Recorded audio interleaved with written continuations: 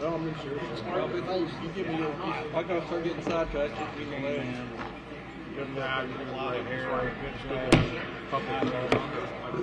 The investigative committee on the Panhandle wildfires will come to order. As we were at recess, we can move straight into the next panel.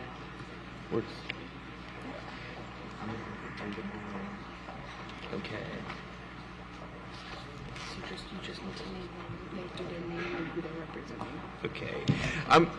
Just for clarification, I'm going to go ahead and read all of you into the record, and then if one of you needs to answer a question that somebody else can't, we don't have to wait and go back and forth, but I've just asked that you not talk over each other. That's usually why we separate them out, but I'm going to read you all in so we can answer questions appropriately.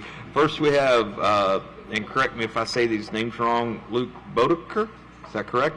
Luke, I'll show you as an air tanker contractor. That's correct. We have Derrick Holdstock, owner of Western Fire Resources LLC. Yes, sir. We have Paul Hannemann, volunteer firefighter instructor. And we have Emmett Webb, helicopter pilot. Yes, sir. Utility and fire primarily. Okay. I think, Mr. Boedeker, we will start with you. You just, for the record, clarify who you're representing, your name and who you're representing. Luke Boedeker, I air tanker pilot and also own an air tanker contracting business based in Childress, Texas. Okay. Do you have any opening comments other than that you want to share with us? I'll just say thanks to the committee for the invitation to speak. Look forward to constructive conversations about how the aerial resources in Texas can better serve volunteers and firefighters on the ground during seasons and events such as these fires most recently. All right. Thank you very much. Derrick, do you have an opening statement? I do have a presentation. Okay, we'll come back to that. Okay. Mr. Hannemann, do you have an opening statement? I do, and whenever you're ready for that. Go ahead. Okay. My name's Paul Hannemann, and I'm retired as a full-time employee of the Texas A&M Forest Service, and I retired in April of 2020 in the position of Special Advisor to the Director. I started as a contract trainer for the Texas Forest Service in 1981 and became full-time in 1995 as the first regional fire coordinator in the state. Other positions that I held after that were the state regional fire coordinator, the chief regional fire coordinator, the chief of fire operations, and incident response department head. I just mentioned that during the time as a contract trainer, I also was a charter member, and obviously it's not a full-time employee, but I was the first charter member of an advisory group that was not chartered by the legislature, but was a very critical element to helping guide Forest Service as far as fire suppression in the state. Some key members of that committee and that brought a Panhandle perspective was Judge Bob Gober from Hemphill County, as well as rancher Ernest Brown out of Hereford. And those guys always brought good content of what you needed up here and those kind of things. And like I say, I can continue on with this if you'd like, or other items that might be of interest in that regard. I am back with the Forest Service as a working retiree as an all-hazard instructor. Part of that, and I've been doing that basically since late 2020. In that position, I instruct incident management team and position-specific training to local, state, and federal government, as well as private sector personnel. I also am in my 49th year of service to the Fredericksburg Volunteer Fire Department and currently serve as the president, which I became after retirement. However, during the time that I was contract trainer, I was with the fire department on a full-time basis, and I served as a shift officer, fire department administrator, the city county emergency management coordinator, and 911 coordinator. I think that's a piece of experience that is really critical in that regard. That fire department now is a combination fire department, and we basically have a 50-50 paid and volunteer department, but majority of those paid firefighters, and this is something to consider later on that we can talk about, is we do not qualify for 2604 anymore because of the number of paid people. There are 30 volunteers, 30 paid, but majority of those paid personnel are EMS personnel. They're not, we have only like 3 a shift are firefighters, so it's something to look at in how we have our system there, because we do not qualify anymore as a volunteer for 2604. I am nationally qualified as a Type 1 Incident Commander, a Type 2 Planning Section Chief, and Logistics Section Chief. And I have served as one of the Incident Commanders on the Lone Star State IMT. I've had the opportunity to manage wildland fires in several states, in addition to hazardous material incidents, tornadoes, hurricanes, and other all-hazard incident management teams. I also can say that I'm certified as the State Fireman Fire Marshal Association and Texas Commission on Fire Protection Master Firefighter, Master Instructor, and Wildland Firefighter. I do need to make a point. I need to state that I personally was not up here on this particular fire siege in the panel this year or since my retirement. However, I was very involved in numerous calls up here in the Panhandle in previous 25 years. In 2017, I took our Lone Star Incident Management Team twice to Oklahoma to fight the wildland fires, one of which extended into Kansas.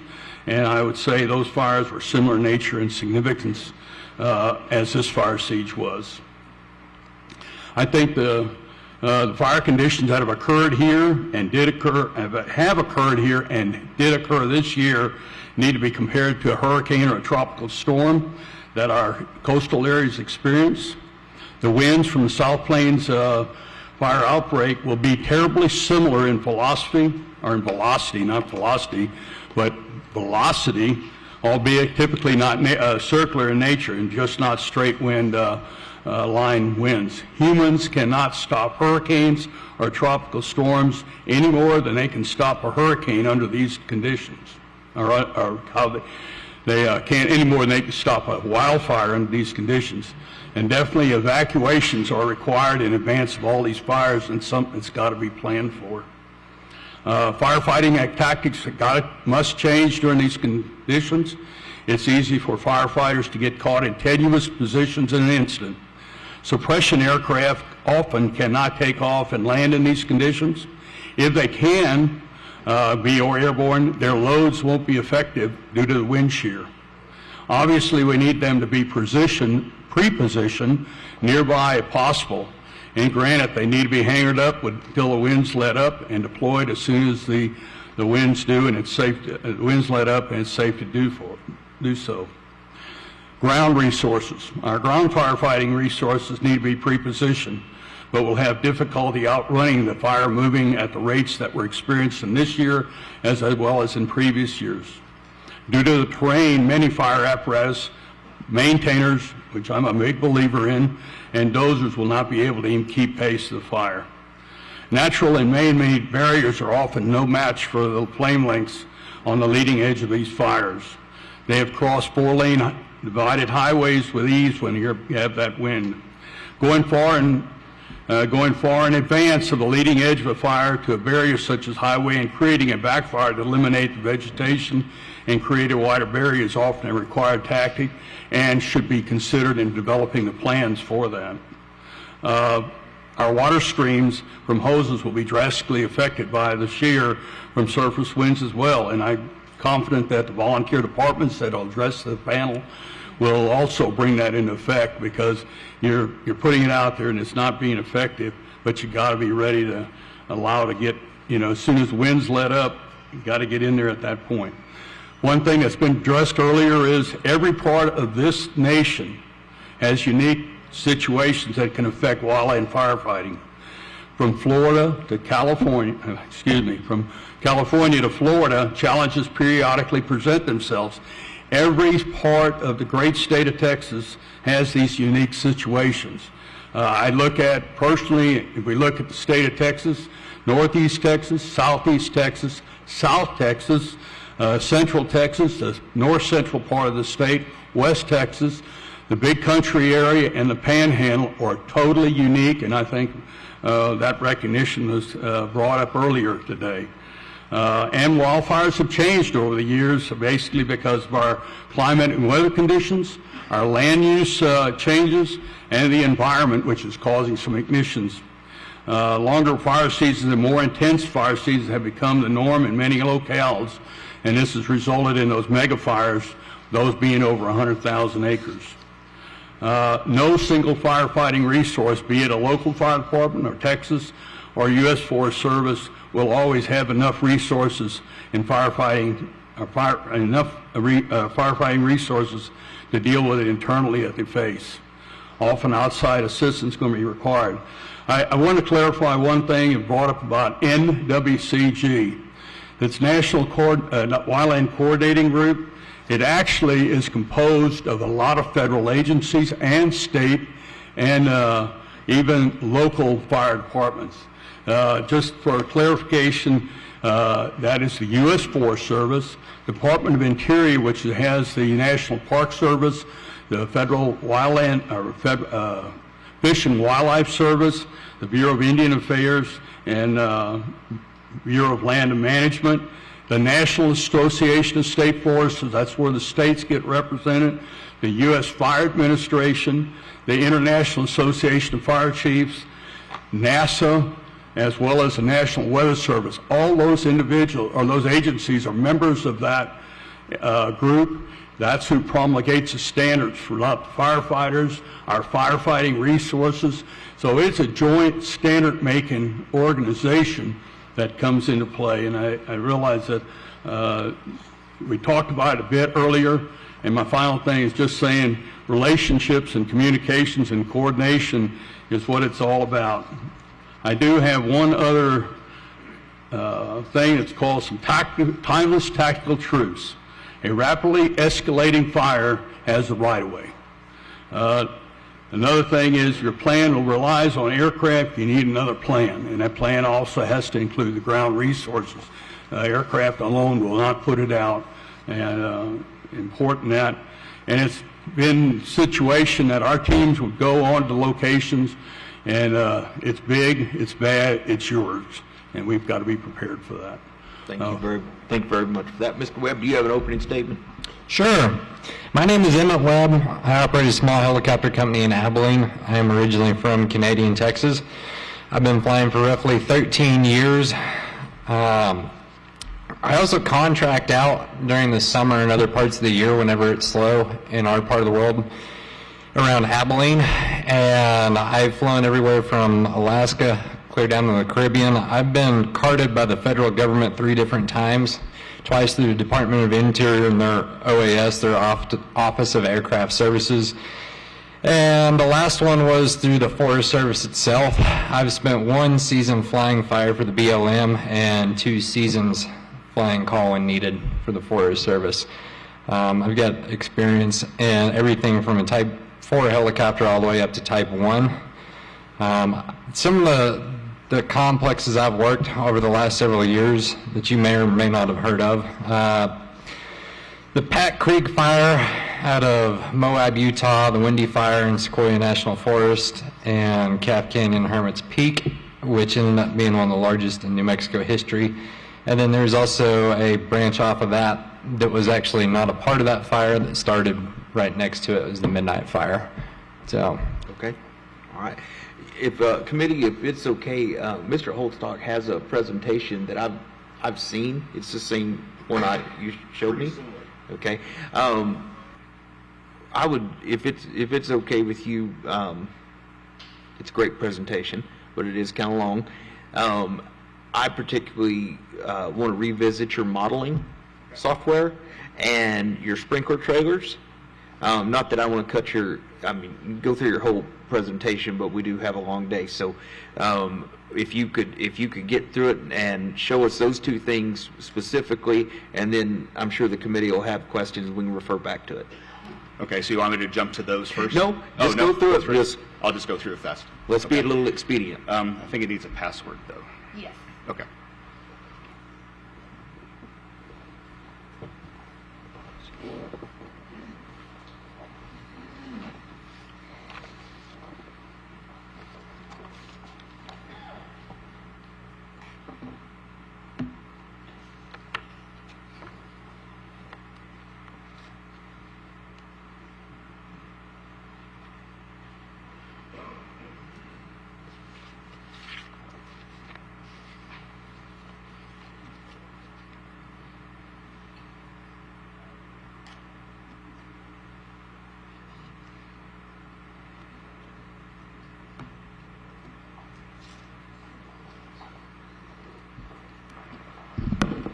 Okay. Let's see. Okay, well, first of all, I just wanted to say a little bit about myself. I've been a wildland firefighter since 2001. I hold National Wildfire Coordinating Group qualifications as Engine Boss, Firing Boss, Type 5 Incident Commander, Type 4 Incident Commander Trainee, a Type 3 Prescribed Burn Boss, and a Type 3 Tree Faller. And I'm the owner of Western Fire Resources in Canadian, which is a U.S. Forest Service contracting company for ground resources. We have 3 Type 6 wildland fire engines. And I'm also a member of the Border Fire Department's Adobe Walls fire module. So Winston Churchill is famous for saying those who fail to learn from history are doomed to repeat it. And, you know, we'll probably have some difficult discussions over these next few days, but I mean, this is a critical process, and I'm certainly happy that y'all put this together. You know, none of this is, you know, aimed at taking blame. It's just looking honestly at what we've done and what we can do in the future so that we can improve. It's only through this type of process, often referred to as an after-action review in the military and wildland fire circles, that we can best prepare for actions during future emergencies. So I applaud everyone in this room for coming together for this process, and I'm certain that it will save lives and property in the future. So currently on normal fire management tactics on normal days, direct attack is the most common. It's basically fighting the fire right at the edge of the fire. It's effective on most fires, and it should be the first tactic used in most situations. Direct attack usually, in most cases, transitions directly into structural protection. And, you know, that's often the necessary next step, but not always. And part of my presentation was to focus on some other options in between that direct attack and the structural protection. Southern Plains wildfire outbreaks are definitely not your normal days. And, you know, they're natural weather phenomenons that have been made worse by the increased number of humans in the area and the types of fires they cause. You know, I'll go through this really quickly because we've already talked about it. You know, they're characterized by multiple large fires, fast-moving fires that overwhelm local resources, aircraft, typically restricted due to winds. Direct attack at the head, just because of just the sheer speed at which these fires go, is typically ineffective, but careful attention to the flanks using tandem attack can be effective. Something that is characteristic of these fires is they often spread until they decide to stop, and that's usually when conditions subside at night. And then, of course, they always seem to have these north wind shifts. This is a graphic the U.S. Or the National Weather Service would give you. It's based on 10 different Southern Plains wildfire outbreak days, and you can see 12 March 2006 is down there. That was East Amarillo complex. But without going into detail on it, essentially you're looking at a low-pressure system with a cold front, and that cold front is what causes the wind shift. And then it's characterized by dry air behind the dry line, with very high winds and usually what they call a thermal ridge, which just means that the temperatures are unseasonably high. And when you put all of these characteristics together, you have multiple starts. They obviously progress very fast from the west to the east, and then you have that north wind shift. You get fires that look like this, where they move west to east, and then you see all those fingers coming out of the bottom. That's after the wind shift happened. That's your Smokehouse Creek fire. The gray there, you can see the Canadian River bottom and the Washita River fires that happened in 2022. The same kind of pattern, not as big, west to east spread with a wind shift out of the north. So we're here to talk about potential legislation. What I'm going to propose is legislation focusing on ways to change the way we prepare for and fight wildland fires in the Texas Panhandle. And it would include a coordinated region-wide strategy, training, equipment for firefighters in communities across the Panhandle, and a grant program to fund various fuels treatments and mitigation projects. All of these elements here I think are critical. Education and outreach, I think it needs to be multifaceted and Panhandle-wide. I really feel that the funding mechanism, even though it be provided by the legislature, the control of the funding needs to be regional so that we can get projects on the ground quicker. We're Texas, property rights are very important, so it must be voluntary. It must have local buy-in from local communities. Must be scalable and allow the widest range of appropriate tools. And really whatever projects that we come up with need to prioritize firefighter safety and the ability to give firefighters a tactical advantage. We need to be able to use these projects and not just put them on the ground. And they should be proactive, data-driven, and risk-based. So in fire, we often talk about the PACE method of tactical engagement. We stole this from the military. You have your primary plan, your alternate plan, your contingency plan, your emergency plan. And essentially, it starts off obviously with the primary plan. That's going to be your direct attack, and as you progress through these different steps, your fire size gets bigger, your risk to responders gets more. So it's better to take care of things in the primary plan, but on days like this, oftentimes you just can't get a hold of the fires with direct attack. So primary is direct attack, and any direct attack on a Southern Plains wildfire outbreak incident should begin at the heel, work the flanks at a pace where there will be a low likelihood for fire escaping containment behind the last piece of equipment. And this can be done with a tandem attack with 2 or more engines or heavy equipment. Generally speaking, no direct attack at the head should occur under a Southern Plains wildfire outbreak just because of multiple factors. First of all, it's injured firefighters. It's generally considered pretty inefficient where that resource could be better used elsewhere. And it's actually been shown to encourage the widening of the flaming front if the flanks have not been properly extinguished. So, and then like we talked about a minute ago, resources on the south flank should be prepared for that wind shift, which usually happens shortly after ignition sometime. And we also talked about this as far as coordination. Fire managers need to scout out in front of the fire, maintain situational awareness, and identify values at risk and opportunities to gain a tactical advantage. This is where you have multiple jurisdictions working within their own areas, and as the fire transitions from one to the other, or when maybe Texas Forest Service comes in and takes over a fire, there's a breakdown in communication sometimes because everybody's kind of focusing on their one piece. So this is definitely speaks to that whole communications issue. Just real quick, this North 207 fire, this exhibited a few of those tactics. You can see on the west side of this fire a very smooth fire line, and that was done with a tandem attack with engines from Border Fire Department and some neighboring fire departments. At the same time, the incident commander went around front and directed a burnout operation which saved the town of Skellytown. And then, so, we're using that intel up front as well. And that's the view from Skellytown looking back toward the heel of the fire where the burnout saved that town. So if the primary plan doesn't take care of the fire, then an alternate plan would be pre-suppression lines. And this is something that cannot be done in real time. This is something that has to be planned for ahead of time, and I think this is where the legislature can really help out. Pre-suppression lines are pre-planned opportunities designed to stop fires before they get to communities. Typically, we're constructing fuels treatments on the lands east of existing north-south running county, state, and U.S. roads. And the reason we do it on the east side is because that's the property owner that's going to most benefit from this treatment. So if we're going to ask a property owner to allow us to come in and fund a treatment, it probably should be the landowner that's going to benefit the most from that. Fuels treatment projects can be well planned and carefully done, eliminating the need for emergency actions or no action at all when a fire is already approaching. And this increases the likelihood of landowner buy-in and ownership of the long-term maintenance of these projects. And the good part about it from a communication standpoint is as projects are completed, we can create and maintain a GIS-driven decision support tool that will be available to emergency managers or on those iPads like Jason was talking about, where we can see where these projects have been done and we can use them to our advantage to stop fires.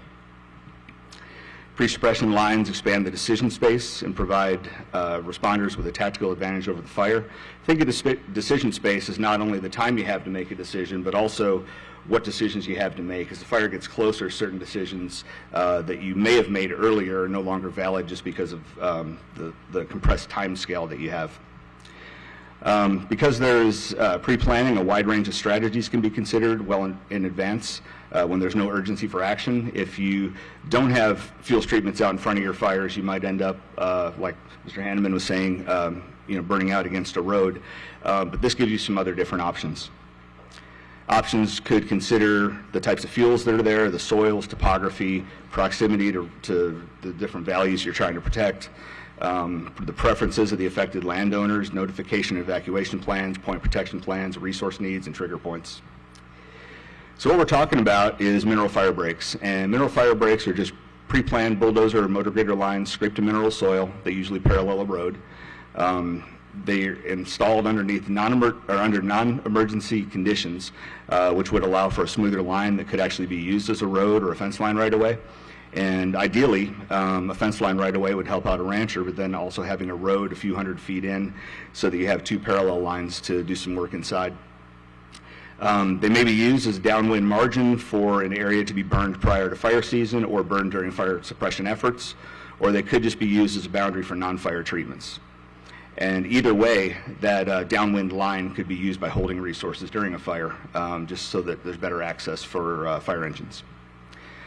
So this is the little highline fire. If you look underneath the E in highline, and then you look at this picture, pretend you're underneath that E and you're facing east.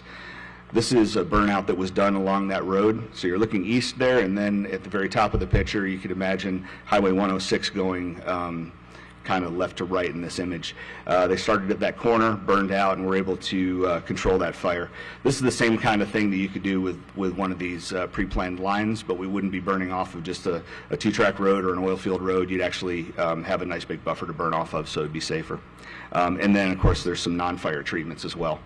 Non-fire treatments could include green strips, where in between these lines that you're putting in, you plant weed or cool season grasses that can be burned, they would be green during fire season. It wouldn't have to be burned. You could do what we call flash grazing or mob grazing, where either using electric fences or some other means, put livestock in this area to remove the previous year's fuel. And then mowing could also occur. Actually, haying would probably be even better because that would actually remove the fuel. None of these would necessarily stop the fire, but they would reduce the rates of spread and provide a tactical advantage for the firefighters.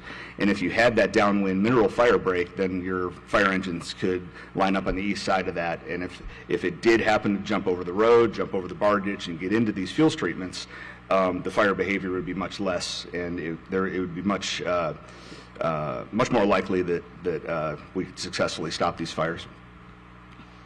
So you might wonder, and this is what Representative King was asking for, you might wonder how we would prioritize these treatments, because there's a lot of north-south roads we could work with. So what I did, this is something that I could do again and do probably a better job of it, but I prepared a quick example for this meeting. I went ahead and I modeled the Smokehouse Creek fire using some available models that the different fire agencies have come up with through research. And I started with this land fire fuels data set, which contains layers for elevation, slope, aspect, fire behavior fuel model, which is a characterization of fuel based on how fire spreads through it. And then canopy cover, canopy base height, and canopy bulk density, which is really just relevant in timber, but it certainly helped down in the river bottoms. Then I was able to select weather and fuel moisture scenarios based on the weather station readings at the Bootleg Raws station up by Lake Meredith, and then also at the Wheeler weather station out by Wheeler, Texas. And not only was I able to get the weather data for the fire, but also for the week before. And something I noticed in that previous week's weather is there was 2 or 3 events where we had rapid accelerated drying of fuels based on higher than normal temperature and low relative humidity and wind speed, which I think ultimately contributed to the spread of the fire. But with that previous data, I can actually condition the moisture of all of the fuels in this computer model so that it more represents the fuel moistures that we started the fire with. And then using a program called Wind Ninja, which is a fluid dynamics model, I was able to generate a wind grid so that the winds were locally specific and not just a single wind going across the whole area.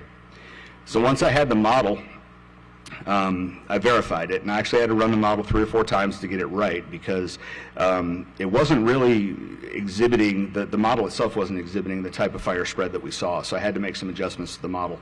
Primarily, I had to add a little bit more fuel to it, and then increase the rate of spread just a bit. So this is definitely something that was exceeding model parameters.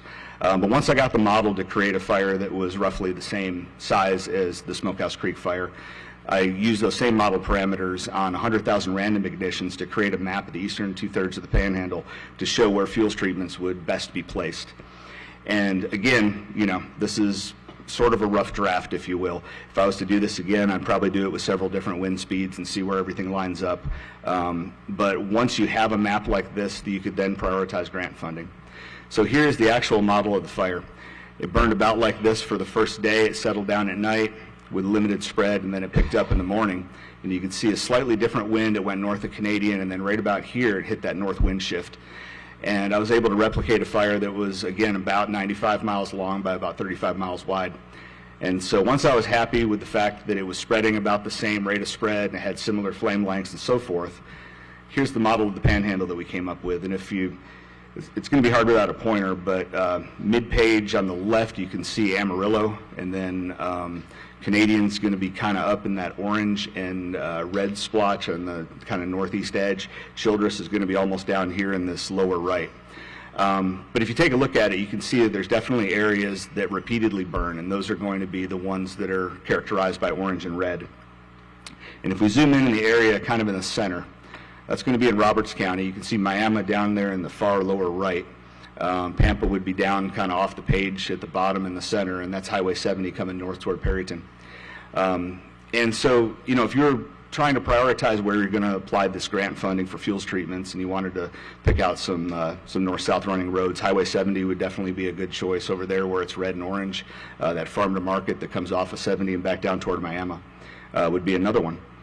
And so just as an example, and this is a totally fictitious example, but you can see I've highlighted four different areas in different colors.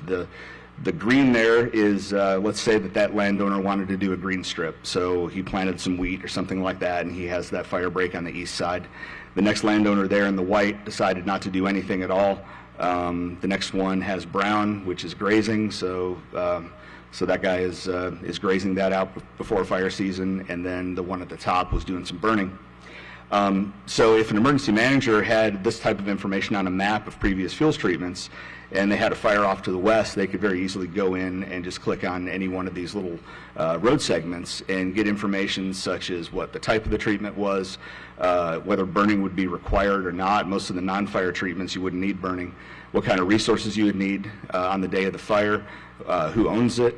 Point protection needs, this is important, like on that one where the gentleman didn't do anything, you may need to actually burn off of the road, like Mr. Hannemann was saying. But even though the fire would probably burn west to east to the road, you generally don't want to send a west-moving fire against an east-moving fire if there might be something in between it. So knowing what point protection needs would be off to the west is very important so that you could protect those if you were going to backfire. Notification needs, evacuation needs, trigger points for action, as well as trigger points for disengaging. You know, sometimes there's just simply not enough time to use these, and you might have to go out to the next set of fuels treatments. The third part about that, you had your primary and your alternate plan. The contingency plan would actually be doing similar stuff, but on the edge of communities. This is based on the efforts of Border Fire Department's Adobe Walls Fire Module. They've been doing this for several years, and I won't go into detail on this because I know they're going to be speaking on this. But I would say this would be designed for communities served by volunteer firefighting forces that wouldn't be able to afford to stand up an entire group of people like Adobe Walls that pretty much work around the year-round to do those fuels treatments. It would allow communities to design appropriate projects to be done using either local personnel and equipment or contracted out or some combination of the two. And then qualifying treatments could include consultation and planning, mechanical fuels treatments like chippers and mulchers and chainsaws to remove heavy fuels on the edge of town, fire break creation, green strip creation, so a lot of the same stuff we were talking about in the alternate plan, but just on the edge of communities. broadcast prescribed fire or burning slash piles and brush piles created by the mechanical fuels treatments. I'm going to go right over this. I know we're going to be talking about that with Boedeker, but this is actually a 7-mile long prescribed fire that was done in November. And then this is actually us putting it down. This is what it looked like after the Windy Deuce fire. So you can see that the prescribed fire, which is the area inside the yellow, stopped the entire spread of the fire on the north side, and I think there was only one spot fire on the east. So it did a really good job of protecting Boedeker. And if you can see up in the northeast corner, that very straight kind of right angle, that's where that prescribed fire was. So that's just an example of one of these fuels treatments on the edge of town. In addition, on the edge of town, you'd want to do it with homeowners, so you don't want to leave them out. It would be very similar to a community protection plan, but it would apply basically to rural ranches out in rural properties outside of the city limits. Similar qualifying treatments. One different one would be safety zone creation to provide defensible space for firefighters. It's often difficult to get out there in the middle of the fuel and protect a house if there's no real good safe place to keep your engine from burning up. So that's something that's a little bit more of a concern out in the rural areas, is having a safe place to fight from. And then sprinkler arrays, and we'll talk about this in 1 minute, I think. And then also certain Firewise USA projects. Firewise USA is an NFPA program. They have all kinds of different recommendations for treating fuels around structures. They have different pamphlets and so forth. So now if the first 3 elements of your PACE plan doesn't work and we fall back to structure protection, that's basically where we are with the emergency plan. So we still have that as our last line of defense, but there's a few things that we can do to maybe make that a little bit easier. Firewise USA workshops and field days for homeowners is one. One of the problems with those is a lot of times it's difficult to get homeowners to attend those. So another strategy is actually doing what we call structure triage workshops with local responders. And that's literally where you bring people who are trained in Firewise, typically your firefighters, out and have them just go around town on the edges of town and talk about if a fire was to show up at a particular house, how they would deal with it. And a lot of times you get some good interaction with the homeowners when you do that, because folks are outside of your house with fire trucks, so they usually want to know what you're doing. But it's a good way to kind of pre-plan what you would do if a fire was to get there, but then also to distribute this Firewise USA stuff. S215 training is a NWCG, a National Wildfire Coordinating Group course that is taught every year at the Paladuro Wildfire Academy, which is a great course. I've taken it once, and it teaches a lot of firefighting tactics in the wildland-urban interface. And then structure defense sprinklers. This is another thing that Representative King wanted me to talk about. So this is actually the Alder Creek fire in Montana. The main fire is actually behind the ridge there, and they had cut a fire line down that little saddle, and they were burning that out to protect those 2 structures that you see there. And our duty on that fire was to pre-plumb these structures with these sprinklers. And right about here, or maybe in a second or two, you'll see the sprinklers start. Essentially what they did is they gave us a call over the radio. They told us to start the sprinklers when the ember shower was about to happen. And this is just a pretty common tactic out west. It does a good job of raising the local relative humidity rate at the houses and also making the grass wet. And it's a pretty good way of protecting structures. So in the same way that my company provides engines to the U.S. Forest Service, up in Canada they have these wildfire structure protection unit trailers that are under contract with private companies. And you can see there they have hundreds of sprinklers, all kinds of hose and pumps and nozzles and fittings and everything else you could imagine. And essentially what they do is they bring them out to areas that they know are going to be affected by wildfires, and they have teams of people setting up these sprinkler arrays. Now this is just something I did out at my shop, so I mean it's not set up like we would on the edge of town, but it did demonstrate the ability to run 2 200-foot hoses, each with 8 sprinklers, so 16 total. And then those end sprinklers extend that 200-foot, maybe another 50 or 60 feet. So if this was on the edge of town with just my one engine with a water source, we could probably protect about 500 feet worth of houses. One trailer would probably have enough to do 6 or 7 of these. So pretty close to almost a mile with one of those trailers. The way this could be implemented is if we had some of these trailers built and spread around the Panhandle, we could train people like in the CERT program to come out and set these up so that the firefighters didn't have to set them up. But when the firefighters showed up to a house, you'd have the female end of the hose sitting by the road at a hydrant. They could hook into the hydrant, hook into the hose, and immediately start putting water on these houses. And it's not necessarily to put the water on the house, it's actually to put the water on the fuels around the house. I was able to, I have a 300-gallon tank on my engine, and I was able to pump this for about 10 minutes. So you're looking at about 30 gallons every 10 minutes with these sprinklers, approximately. Real briefly about evacuations. So in the same way that we review firefighter tactics in order to determine what went right and what can be improved, evacuation orders should also be reviewed and improvements made. And I don't want to, I mean, this is in no way putting anybody on the spot for decisions that were made under real time, in real time under emergency conditions, because you know, we have the benefit of hindsight. But it would be irresponsible not to review the decisions and just to see if there's any lessons that could be learned. It's definitely important to note that local officials are not always able to have all of the pertinent information needed when faced with making an evacuation order, which, you know, it's just a fact that they won't have all of the information from everywhere, but it can be troubling when complying with an order may actually be more dangerous to a person or their property than not complying with that order.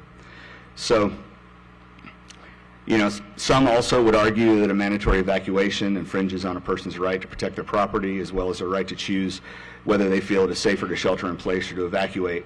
So while this is fresh in our mind, it may be worth asking some questions about the recent evacuations with the benefit of hindsight. So one of the things that is a question that I've asked is, we have these evacuation orders. Some were voluntary, some were mandatory, but in both cases it put people in front of the flaming front. And the first one was definitely done early enough and with plenty of time. But as the fire gets closer, remember that decision space gets smaller. So at some point in time, it actually becomes more dangerous for people to get out of town than to stay. And so that may be something that we take a look at. And the other thing is, if we're not, and this goes back to the communications, if we don't have really good eyes on the flaming fronts and we know when it's necessary to pull those evacuations and have people shelter, it's often, you know, you could probably assume that we also don't know if there's a second flaming front out in front of the first one that we're sending people past. So definitely something that we should ask ourselves about. Something else, and this one came from my wife. What if you knew it was safer to shelter in place but did not want to risk arrest? I begged her not to leave because of just what I knew. I knew my house was pretty safe where it was. But she was afraid of, you know, not complying. And she ended up putting herself in front of a flaming front and was able to make it past it. But it puts people in a position where they have to make a decision over whether they should comply or whether they should, you know, be responsible for their own safety. And I know that in Texas we do have the ability to do mandatory evacuations, but maybe something we need to reconsider. And then, what predetermined safety zones exist in town for those who wish to leave their house but not risk leaving the relative safety of town for the uncertainty of surrounding rangelands? You know, there's plenty of places in town that provided very good shelter, and predetermining those is definitely something that we might want to look at. So, learning from history, this is the case study from the 2006 East Amarillo complex, as well as some other ones. And page 129 through 132 discusses a strategy that's used in Australia, and which is a good surrogate for Texas based on fuels and topography. But it's also been adopted not throughout California, but in places in California as well as in places in Montana. And it's called the Prepare, Go Early, or Stay and Defend strategy. And those aren't independent of each other. The strategy was adopted in Australia because those who prepared well and had appropriately prepared and constructed buildings, those buildings offered protection during bushfires. That's what they call wildfires down there, reducing the likelihood of bushfire-related injury and fatality. So essentially, if you prepare your house well enough, it's actually safe to shelter in your house. Proper preparation will improve the safety of firefighters and their ability to defend a building successfully in the event occupants are absent when a wildfire threatens. That goes back to the idea of having a safety zone for the firefighters at each house. And then well-prepared buildings are also more likely to survive in the event that neither residents nor firefighters are available to protect them. So it almost creates somewhat of a standalone. Not every house that was really well-prepared survived this fire. This was definitely an anomalous fire in that respect. But the less fuels you have around your house, the better off you're going to be. And then the go early part. So right here they're talking about, the timeliness of the evacuation orders. Access to accurate and timely information during periods of high fire danger and fire events is crucial to enable people to make appropriate decisions concerning their safety. Due to physical, mental, and emotional incapacity to cope with the circumstances, some people would be safer well away. And these people are going to know that. They're going to know whether they're capable of protecting their stuff or not. Early evacuation generally contributes to increased personal safety. However, late evacuation may and has put people in greater risk than if they had stayed home during a fire. The 2003 Cedar Fire in California, I think 13 people died due to a late evacuation, just getting caught out in the flaming front. People caught out in the open are likely to face severe and often fatal levels of radiant heat, and I would argue convective heat in these fires just because the winds are blowing horizontal. And then all things being equal, people are safer in houses than in cars, and then safer in cars than out in the open. So in general, they're saying that, if you're already at your house and it's too late to go, then stay at the house. If you've already gone and you're in front, stay in your car. And then if the rest of that has been taken care of, in Australia, they allow people to stay and defend. And so in a wildfire, firefighting resources are likely to be allocated where they will be most effective, not necessarily where losses are most likely. Buildings are more likely to survive wildfire if someone is there to protect them. If people remain to defend adequately prepared homes, and again, this is not just any old home, but an adequately prepared home, losses and community disruption may be reduced, and enforceable evacuations of residents who resist should not be pursued at the cost of missing out on notifying others, or where it would local officials would be unreasonably endangered.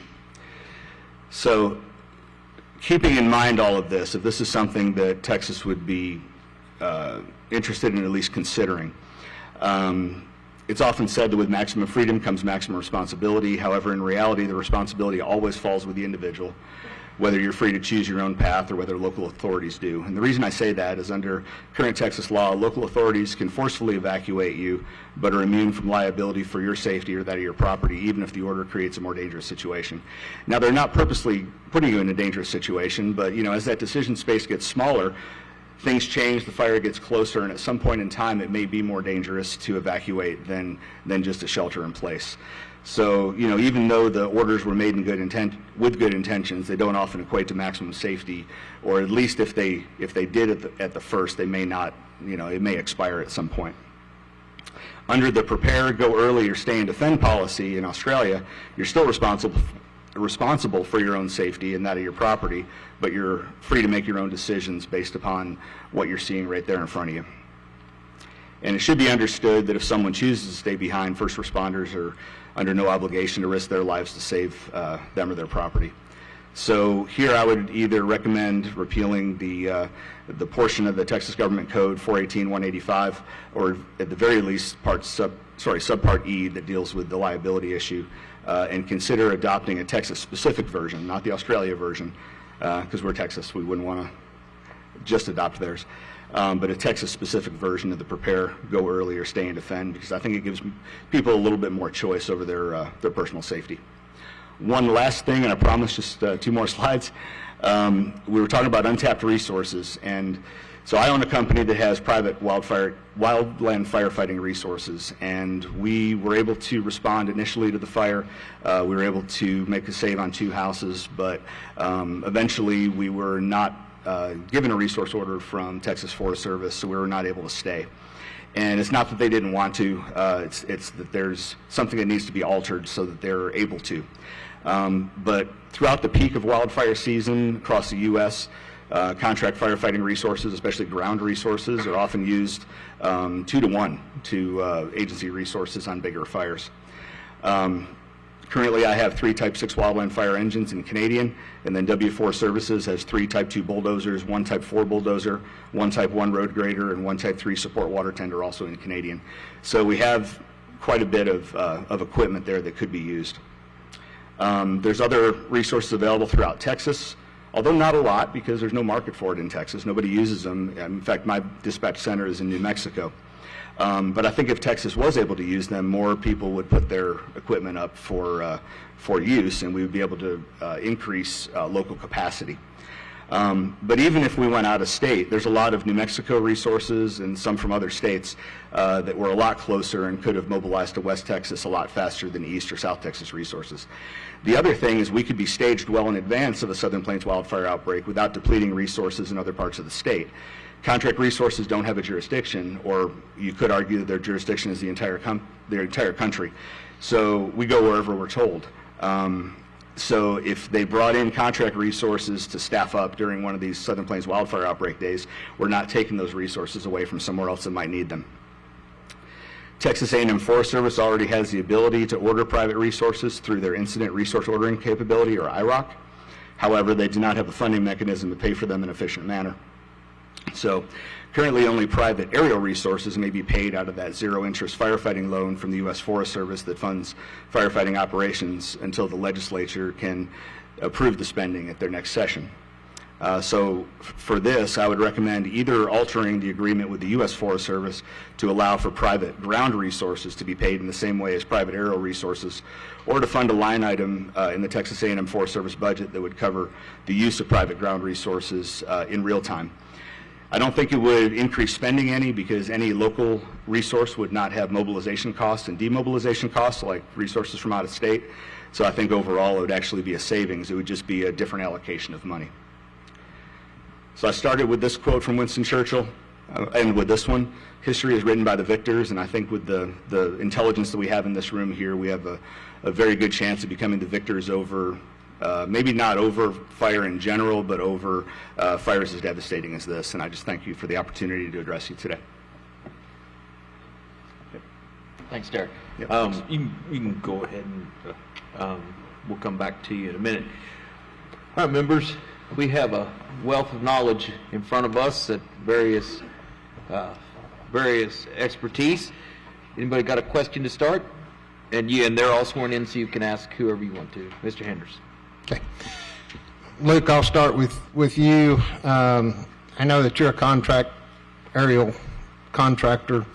We've had a lot of discussion this morning about the contract. As I understand it, there's not a single contract involved in this, but numerous contracts. Can you elaborate some on the contracts and then the steps that you have to go through to be activated to use the service?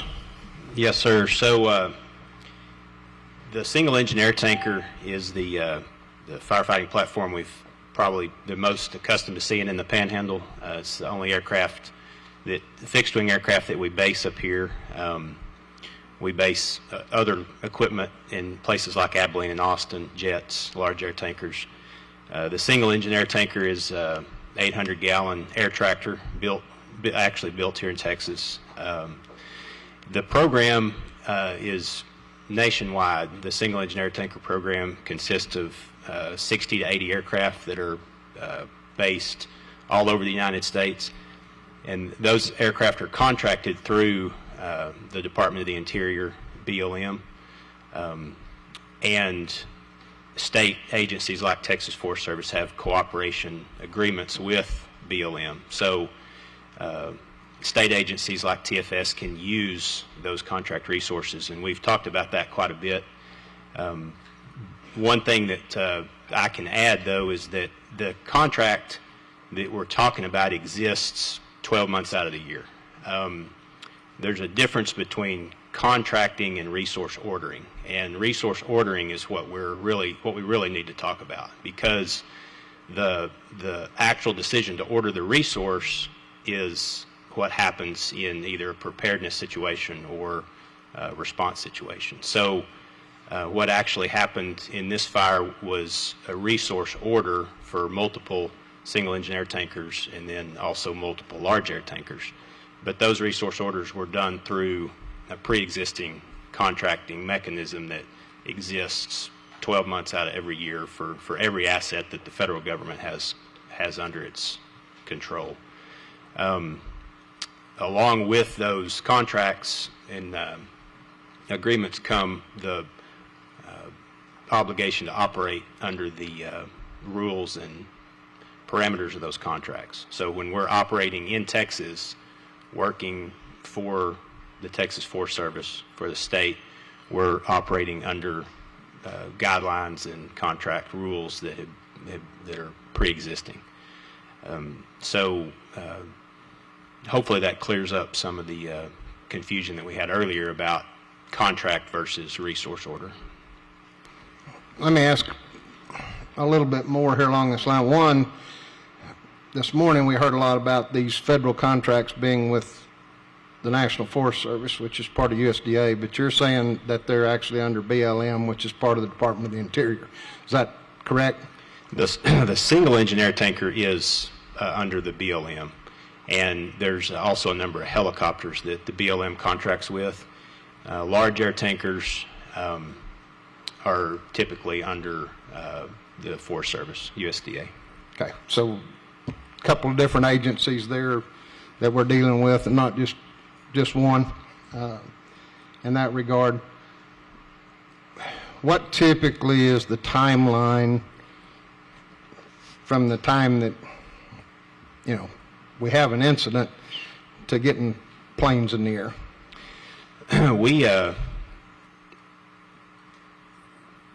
We got the call, or we first knew that resources were needed sometime around noon on Tuesday, which would be day 2. I'm sure that there was several hours of communication that happened before we were aware, although that we assumed that we would be needed, so we had already started to prepare and mobilize. I would say for Texas-based companies that are responding to nearby locations, a matter of hours. It depends on where we're going and a lot of factors, but in circumstances like the February fires, we were aware enough of the situation that we were ready to an extent before we ever even got the call. But as a general rule, the response time, even of contracted resources, when a fire is going on, is not adequate. You know, we can't respond fast enough the day of. You know, we have to be resource ordered before ahead of time based on forecast conditions. One other question. I understand in your situation you're basically operating either out of Dumas or Childress. Are there other spots in the Panhandle that would be advantageous to be able to operate out of? I think that the ability to reload aircraft in other locations would be very helpful. There's definitely, it makes a lot of sense to have aircraft based in places like Dumas and Childress, Abilene, Fredericksburg, but I think that we should take a look at the distance from where we have reload capability. You know, we don't have to base airplanes in Canadian to have reload capabilities in Canadian. We can have a lot of reload capability for not a lot of additional cost. You know, the aircraft goes to the fire initially loaded from one of the main bases and then has the capability to reload at a alternate reload point. And we have the ability to make that happen if we're asked to.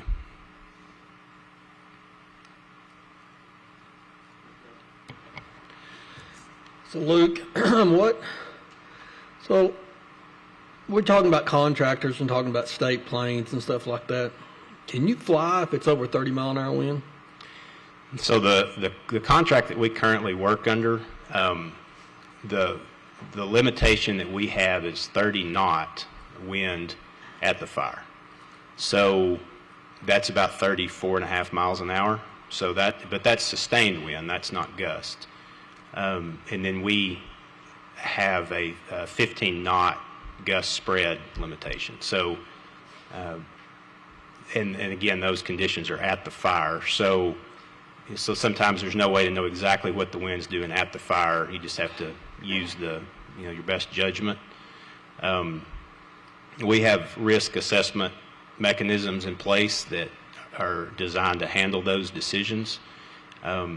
We can't say that we can fly during every wind-driven fire event. That wouldn't be fair to say, but we definitely have the ability to fly in the periods of time when the wind is not severe and is not, outside of our either our contract limitation or our risk management guidelines. So if you say, if I'm thinking about going forward here, if the contract was with the state of Texas and they had no limitation on wind, would you fly if it was 40-mile-an-hour winds? There's a lot that goes into that situation. I probably would not if it was a 40-mile-an-hour crosswind. That creates some hazards that we wouldn't have the ability to or wouldn't make the decision to accept. If it was 29 gusting to 39, we would absolutely be able to fly. If it's 30 gusting to 40, we would absolutely be able to fly. If it was 30 gusting to 45, then we would be contractually limited from flying. So what I've found, though, in those situations is it has a lot more to do with decision making at the airport real time. I think you need some flexibility. You don't need to have a mindset of it's the wind's blowing 29 knots, gusting to 39 knots, and it might get a little much, so we better stop. I think you need to be aggressive, but you also have to manage risk in such a way that you don't create another incident or get somebody hurt. I think the underlying my thought process for aircraft use in Texas is all centered around being more aggressive with how we utilize those aircraft. I think that we need to do everything we can do to shorten our dispatch times, and we need to figure out a way to attach the aircraft response at the local level.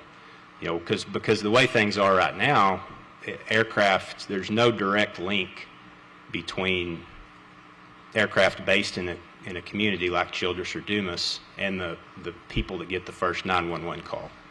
And the initial attack capabilities of aircraft is where they do the most good. Once it's 1 million acres and there's 1,000 miles of fire line, we can't do anything. But we have to be in position early enough and be aggressive enough with our dispatching and decisions that we do the best that we can with that first hour of the fire, that the first 30 minutes even. So if ever a decision that we make is the time frame of that initial 30 minutes or hour, if we make decisions based on that, then we would do things like figure out a way to attach these aircraft to Canadian Fire Department, and I think we would look at creating districts or zones and a direct communication link between the people that are at the fire when it's the smallest and the ability to utilize the aircraft. So you're saying if we knew it was going to be a windy day a week ahead of time, we could have maybe pre-staged, if we were small, I'm saying we're a small government, small entity, we could have pre-staged. Yes. And could we move with the fire? Say if we don't have retardant in Canadian, can you load from a fire hydrant? We can. We're contractually required to carry all of the necessary parts and pieces to load from a fire hydrant in the aircraft. So we actually have that it's in the airplane. aircraft. Yeah, you can actually land the airplane in Canadian and pull up to a fire hydrant. And how many firefighting planes do you have? I have 6. And I should add, too, that there's 3 companies in Texas that operate single-engine air tankers that are based in Texas. I would say an average of 12 aircraft are available, not 12 months out of the year, but typically available during the winter fire season in Texas. The Mountain West fire season pulls those airplanes away from the state to go, out west and work. But the airplanes that are based in Texas all come back, and they're all in Texas from typically October through May. Well, how would you know where to drop if you don't have air attack there telling you where to drop? Well, we all of our pilots are initial attack qualified, so government says we can be the first at a fire if that's the way that it works. There's definitely benefits to air attack, but we've gotten away from the reality that we can still send aircraft directly to the fire and still communicate directly with the local decision makers, the fire chief, whoever's on scene. Air attack has its place in an extended attack environment.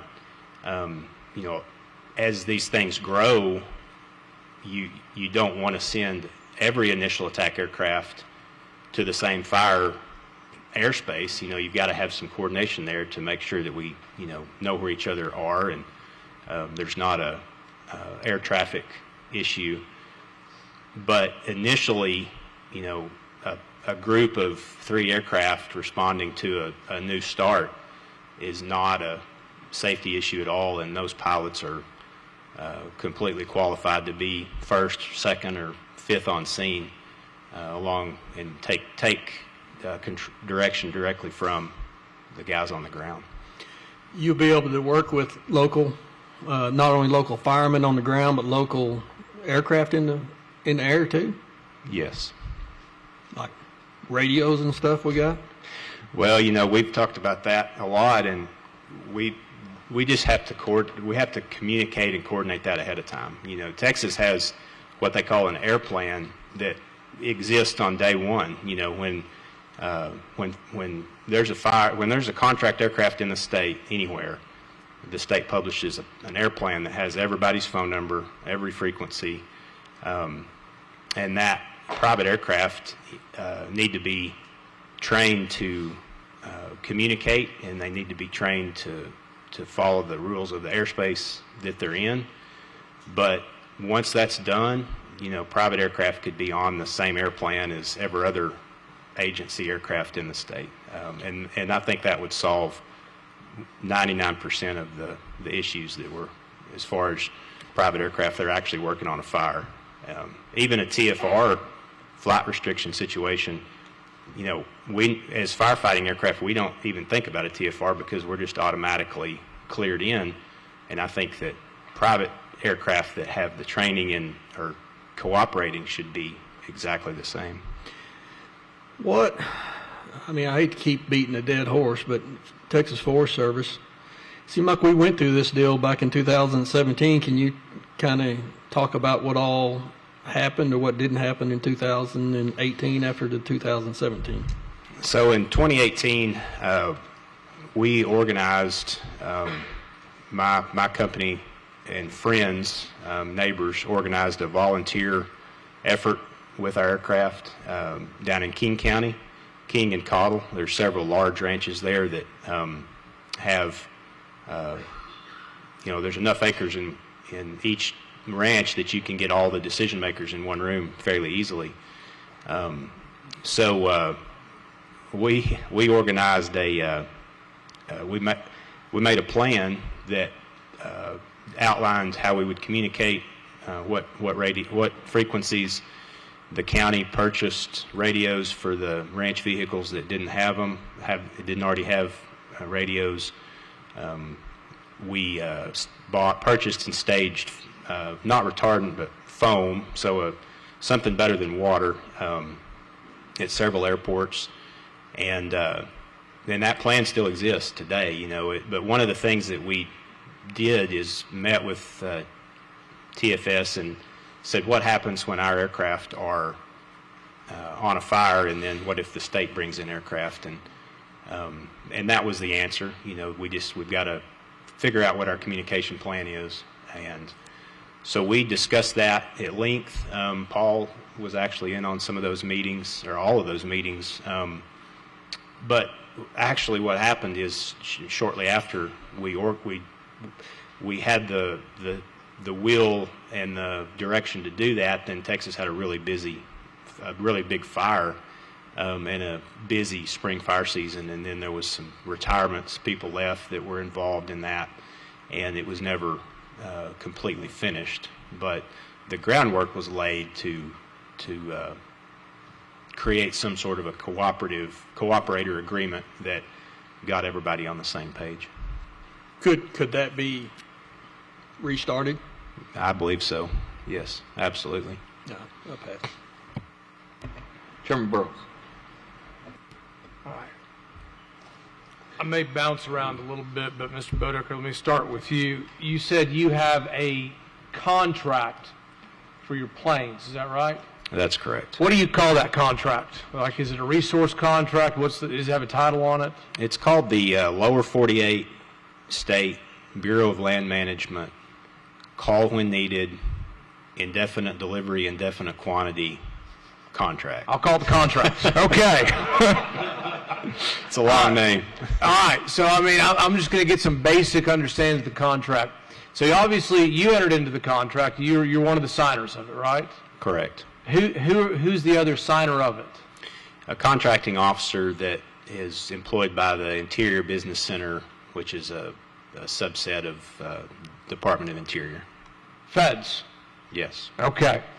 And you said that whenever you guys are needed, you get a phone. The contract's in place. I guess it's a 12-month contract. Is it renewed every year, or is it longer than that? It's actually just been rebid as a 5-year contract. In the past, it's been various 1 year with extension options, 5 years that sometimes they don't completely finish a 5-year term, but it's at best year to year. At least the contract you have, that you said earlier, it's in place every month, every day of every year. Is that right? Yes, sir. But it's incumbent upon somebody to make a phone call to you to say, hey, contract exists, get your planes ready to go. Is that right? Yes, sir. Who makes those phone calls to you? So the decision about which aircraft to send is made in Boise, Idaho, because Boise, Idaho personnel are responsible for administering the contract as it's written, and they have guidelines that they have to go by that determine which aircraft they send to which agency. What's in Boise, Idaho? What entity is there? There's a lot of federal firefighting people that base there. The National Interagency Fire Coordination Center is there. The people that administer the single engine air tanker program office there, and so Boise is just a shorthand for the headquarters of a lot of things that have to do with federal aerial fire. Okay, but your federal contract, if it's going to be activated, you're going to get planes, you're going to get a phone call from Boise. Yes, sir, that's correct. And they're going to basically say, okay, Mr. Boedeker, it is time, let's get these aircraft ready and on standby and ramped up, correct? That's correct. And in this situation, you got that phone call on day 2 of the Fire Tuesday. That's correct, yes, sir. Given everything that you now know, do you expect that phone call should have come earlier? I believe that in order to respond to the fire in the way that is best for the state and for the people, yes, I think that you absolutely have to make those decisions ahead of time. Do you think that phone call should have come in Monday? Probably Friday or Saturday. I was going to go back one day at a time, but you beat me to the punch. So you think by Friday or Saturday, you probably should have gotten that phone call? Yes, sir. So it took all those days that you basically, did you anticipate that phone call coming? We did. We actually had secondhand information from people that we know inside the agency that let us know that it was coming, but What agency? inside Texas Forest Service. Okay. So So Texas Forest Service by Friday, you're having these ideas that, hey, I bet I'm gonna get the phone call from Boise any day now. Well, not necessarily Friday, but I would say as the forecast, as that fire day got closer, the more thoughts we're having about the what ifs. All right. So Friday, you're sitting there thinking, based on things I know and people I know, I bet I get a phone call. It doesn't happen. Actually, we didn't get any information from any indirect source until Tuesday morning. But at least on Friday and Saturday and Sunday and Monday, you're kind of sitting there, you got your phone, you're checking every so often like we're doing, saying, is that call coming in? Yes, sir. But it doesn't come in until Tuesday. That's correct. Who makes the decision? Do you know the person who makes the decision in Boise when to make that phone call? Well, Boise just responds to the state. So Boise doesn't have the capacity or the task of monitoring fire conditions in the whole country. They do have a lot of capacity and capabilities there, a lot of fire intelligence and predictive services, but they only respond when a state agency that they cooperate with calls and says, we need an aircraft. Okay, so somebody here in Texas has to call Boise. Boise then has to call you to activate the contract, and that's what you're expecting. Correct, and there's also no guarantee that they'll call me. They could call another company depending on the parameters of their contract, and they have to do what they call a best value determination. So if there's somebody that's... Well, the best value determination, what's the best value determination? Basically price. Okay, so they're price sensitive. Yes. Okay. So somebody here in Texas has to call Boise and say, hey, we got conditions down here that might be there. Boise then basically, processes that, tries to figure out who the cheapest is or who the best price is, and then activates some of their aircraft at that point in time. That's correct. And there is one additional step. Texas would actually call the coordination center, the Southern Area Coordination Center that Texas is geographically part of, and then they would forward that order to Boise. Where's that located? I'm not actually sure where it's in Atlanta. Okay. So somebody in Texas has to call Atlanta, who calls Boise, who shops around to find the cheapest, and then maybe calls you. I think we've got it. Yes, sir. Okay. All right.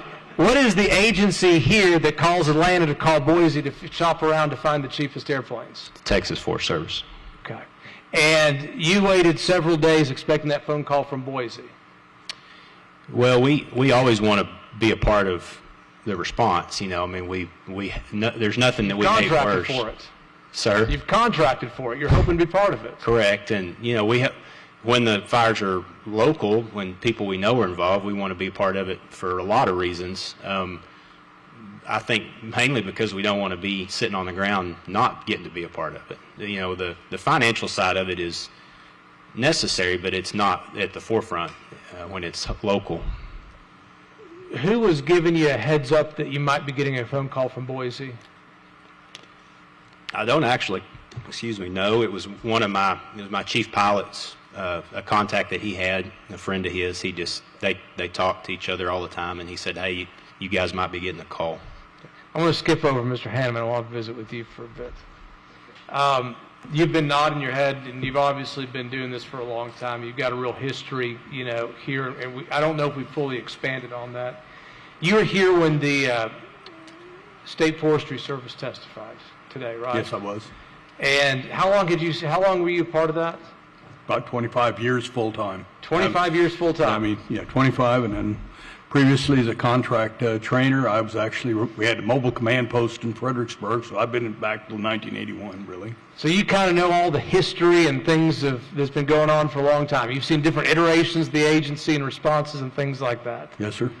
Well, General, just open-ended question. Do you have any comments based on what you heard earlier in the previous panel?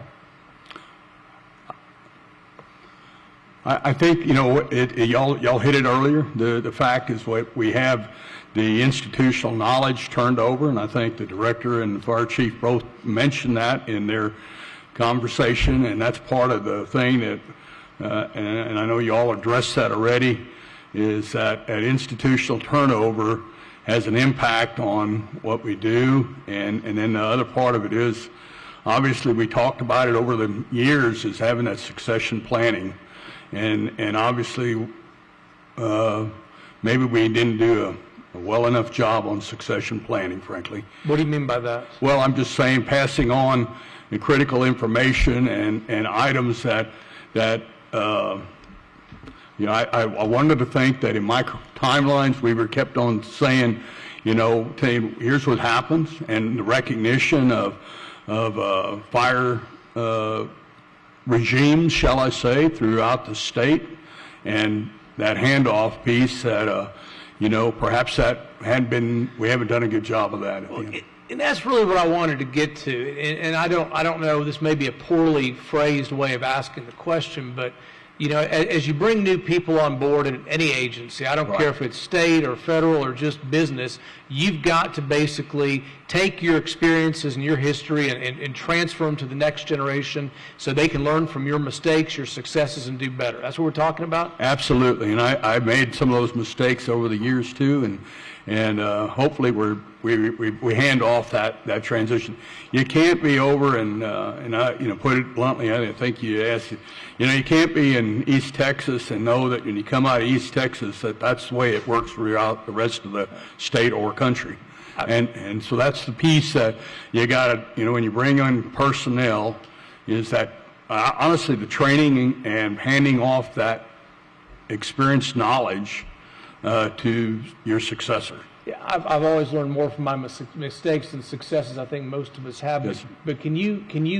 I know you weren't part of this particular response, and you know, but you've heard the testimony. You're up here on your own, you know, volition, which I really appreciate and respect. Can you talk to us a little bit, and do you glean, you know, maybe some things that have been lost in that transfer of knowledge from previous fires and previous incidents to this one? Can you tell us what you think may have not been, has been overlooked as that has happened? Well, I think one big thing, or it's just a whole myriad of things we could probably put into that, but the one thing that right now that has been changed over the last couple of years is what we teach, and we got into a recruitment academy basically with our new personnel.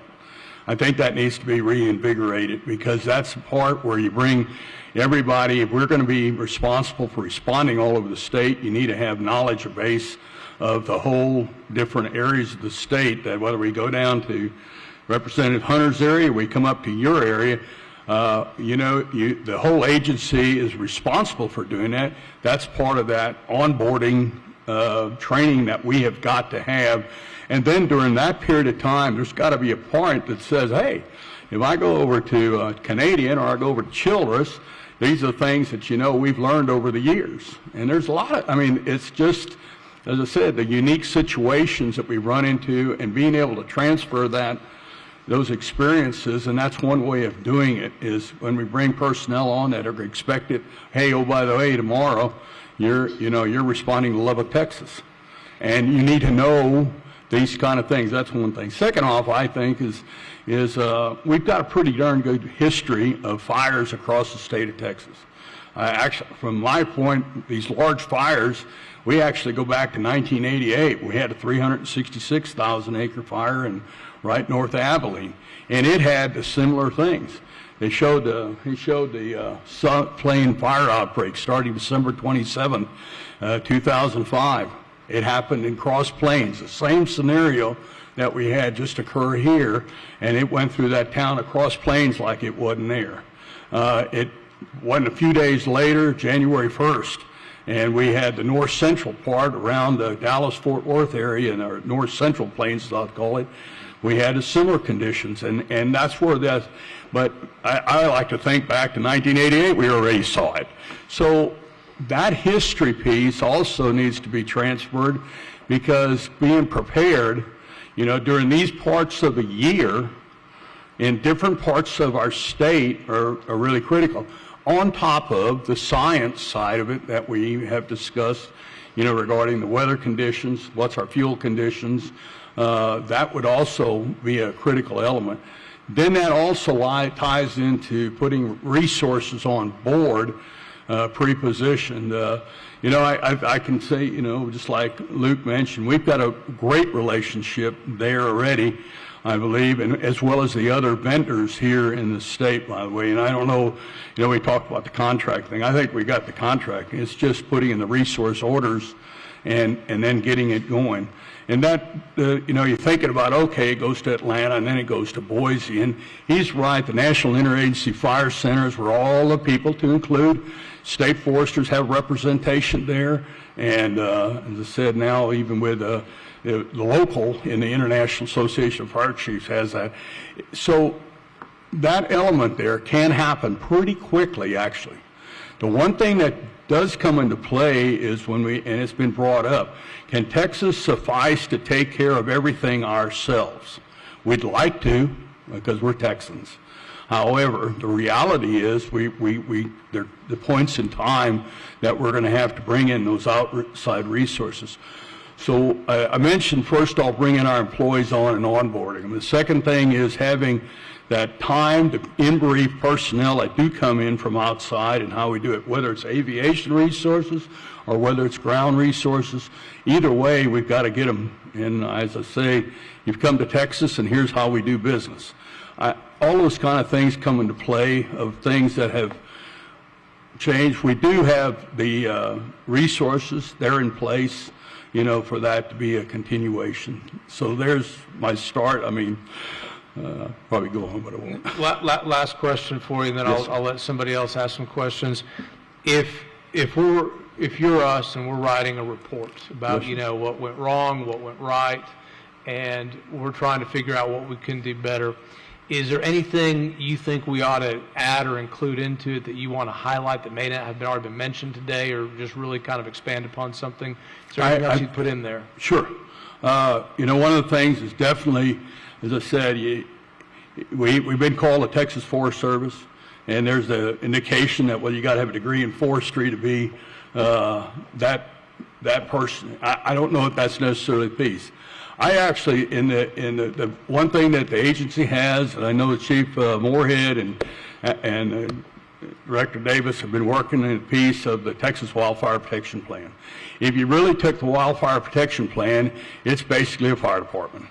Now, all of the elements to that are no different than what a municipal fire department has in the thing. It's just looking a little bit bigger. And so there's a piece that needs to be emphasized in that regard. People may not have liked it when I always said it, but I always said we are to volunteer we're really to career and volunteer fire departments as DPS is to law enforcement. That's our job. That's the piece that we would carry on and look at that emphasis being there. And I think the relationship and coordination with Chief Kidd is definitely there. And that has to be continued in our regard. I do bleed Maroon, because that's where my degrees are from too. But at the same time, I think the organization is pretty independent. And the key is just all of the state agencies working together as they have in the past. I'll leave it at that. Thank you, sir. Mr. Hunt.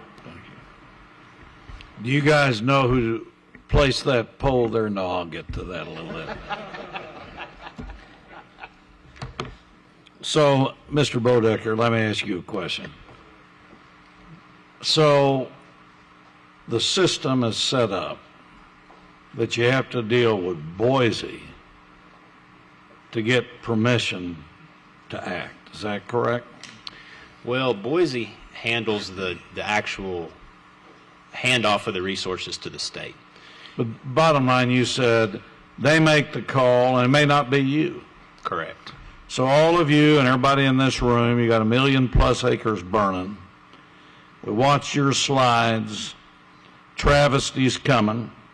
You said you should have been called on a Friday. And so the current system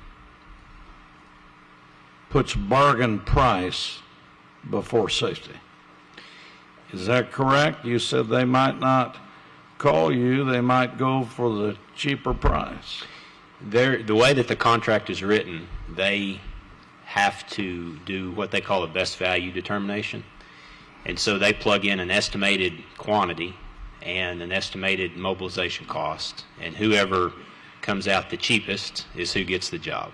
So to me, what do you call that? What's the formula you just said? Best value determination. Isn't the best value lives, wildlife, homes, buildings, and people? Absolutely, and that's something that we've gotten away from in the single engine air tanker program, because in order to stop complaining from people who didn't get the job or didn't get the call, the federal system had to resort to that, and that's really not that being the best value determination, and that's really not the way the contract is. The contract has flexibility where decision makers can call the best or the closest available resource, and they don't have to do the best value determination. But the decision to rely on the best value determination is somewhere in the decision-making process between Texas A&M Forest Service and the BLM single engine air tanker coordination that happens in Boise. But best value should be the people first.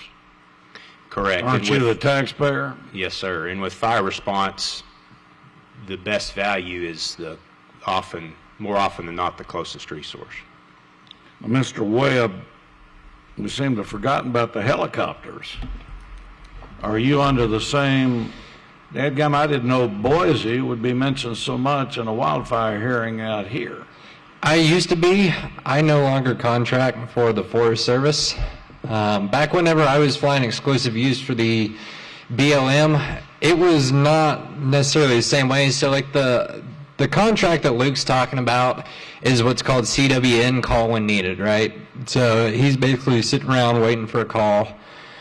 With exclusive use, we were staged up at the Moab base for the BLM there in Utah.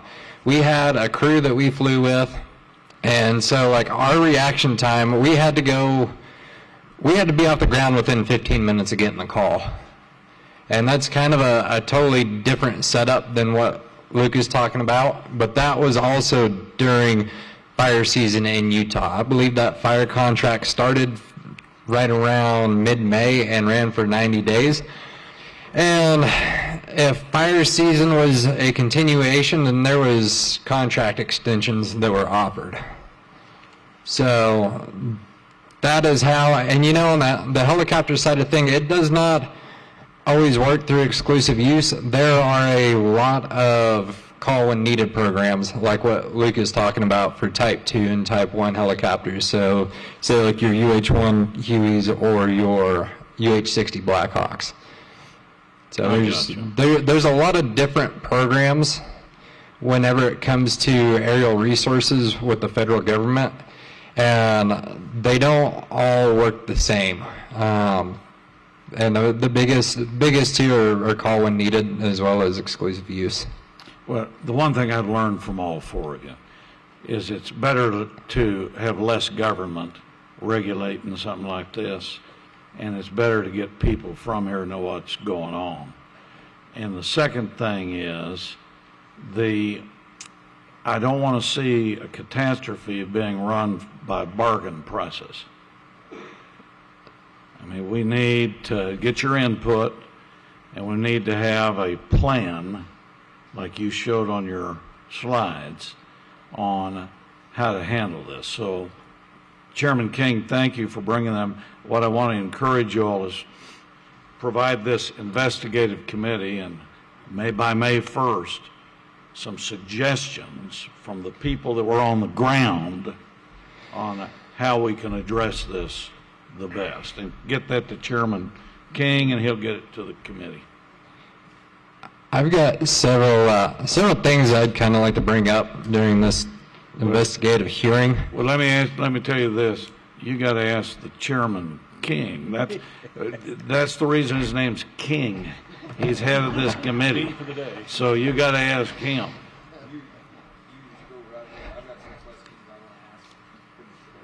Okay, awesome. one of the things that got brought up with the Forest Service earlier was, them showing up on fires in the Texas Panhandle and running the locals off. There's been a lot of talk of that ever since this fire happened a month ago. I've heard rumblings from several of the guys in the volunteer fire department, and I actually experienced it firsthand myself. It would have been Saturday after the fire happened. Jason, Mr. Abraham here, and I were actually out fighting fire across from the Miami airport, assisting Roberts County. And we actually ended up having to land, like Jason was talking about earlier. And we shut down because tankers were on the way. Nobody knew where the tankers were. Next thing you know, it's 30 minutes later, tankers got rerouted or were sent elsewhere. And so we were told by the Roberts County Fire Chief to go ahead and crank back up. So he and I got back to fighting fire, and I timed out my fuel cycle, and I don't think he was far behind right towards the end of the day. So basically for us to go back and get fuel and come back wouldn't have made much sense because we didn't have much daylight left. So we called it RTB for the day, which is return to base. I was flying a private aircraft, he was flying a private aircraft. Later that evening, I received a phone call from Incident Command with the Forest Service. I'm assuming Texas A&M Forest Service. And this gentleman introduced himself, and I wish I'd have wrote it down. I've got his phone number here saved in my phone, but I wish I could remember his name. And he called me and asked me if we were conducting aerial operations on the fire, and I told him that we had been. And he asked me who we were in contact with and who was calling our drops. And I told him we were out there assisting the local VFDs. And, in an agency firefighting for the federal government, you basically have to have somebody holding your hand through your drops because that's the way they see it through their eyes. So I told this gentleman, I said, sir, this doesn't work like, it does in the federal government when we're all out here flying aircraft as volunteers. I said, the fire chief calls us, we show up, and he points at the fire and says, there it is, go put it out. And that's the way we work. We're in communication, constant communication with the guys on the ground. And so he proceeded to tell me that they could not come in and use their aerial resources while we were there. I told him that we'd actually been in contact with their lead plane, and he was very surprised to hear that. So during our water drops earlier that day, I actually did contact the lead plane. They were roughly 30 miles away from our position where we were fighting fire. And he didn't know any of this. And at the end of the phone call, he proceeds to ask me if we could just shut down all of our aerial fire suppression practices for the rest of this complex and call it quits and just let them handle it. And that really irked me in the fact that I know a lot of people personally that lost structures, homes, ranches, all of that. The fire burned through my backyard personally. And you have somebody at the federal government with the audacity to ask you to sit on the ground and watch your neighbors burn. That did not sit right with me. So I've since kind of come up with some stuff that I think might be beneficial. I do a lot of work in the state of Wyoming. I have for about the last year. I fly search and rescue up in the Wind River. Fly a public use helicopter. And one thing I've noticed about the state of Wyoming is they actually have their own state aircraft program up there that is contracted through the Attorney General's office. They have one helicopter, from what I understand, as well as several seats, and that keeps I wouldn't say all of the fire control in the state, but I definitely think that it soaks up a little bit of it.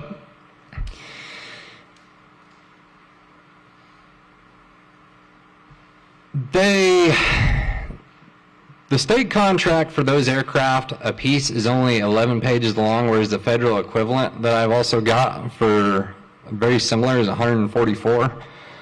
I think that in the state of Texas, we may be able to do the same thing as far as issuing state contracts for helicopters and seats, and maybe potentially bigger airplanes. I've kind of been studying the location of, say just during this event, or maybe next time we have an event like this, where to stage aircraft. Looking at just over the hill here, I think we could look at Borger as a very high potential for this. One, there's hangars to store aircraft and perform maintenance in, but there's also fuel there. The other side of that coin is, and this is why I don't know, and this may be Luke's department, I don't know why they choose Dumas as the seat base when Borger is actually dead square in the middle of the Texas Panhandle. You can hit every corner of the Texas Panhandle almost within 45 minutes from Borger, and that's in a helicopter. Helicopters fly a lot slower than a seat. I think that is potentially something that we could look at. The other thing, talking about dispatch, so this search and rescue aircraft that I fly during the summer, there's not a whole long process of going to Boise, and then you got to go to Cheyenne, and then you have to go to New York and all this stuff in order to get permission to launch. A call comes in for somebody that, say, falls off the mountain, gets injured, anything like that, goes missing. A call comes in to the local sheriff's department. They go over to our search and rescue coordinator, one phone call, and then the coordinator calls us. We have the ability to be off the ground within, same, 15 minutes and be en route to whatever incident may occur. So I think that if we tried to set this program up, something very similar to like what they're doing, instead of, having all these hoops we need to jump through, if, say, a fire chief in Hemphill County, Roberts County, or anywhere in the Texas Panhandle for that matter, needs an aircraft this time of year, there's no reason that they cannot just reach out to the sheriff's office dispatch, and then that person contacts who they need to, say, at our staging area in Borger to launch an aircraft. Any thoughts on that, gentlemen? I've got a thought. So what kind of helicopter are you thinking about would fit the program? I think ideally a Type 2 helicopter, so a UH-1, a Huey, would be ideal for several reasons. We're out here fighting fire in Robinson R-44s. Our buckets are a 72-gallon capacity. And that doesn't sound like a lot, but whenever you really use your resources to your best advantage, like your brush trucks, and start working with your volunteer guys, where you're working parallel with them and helping them mop stuff up, it works extremely well. But I think that if the state were to put contracts out for that kind of resource, I think going up to a Huey would be very beneficial. One, your tank capacity on a Huey is 300 gallons.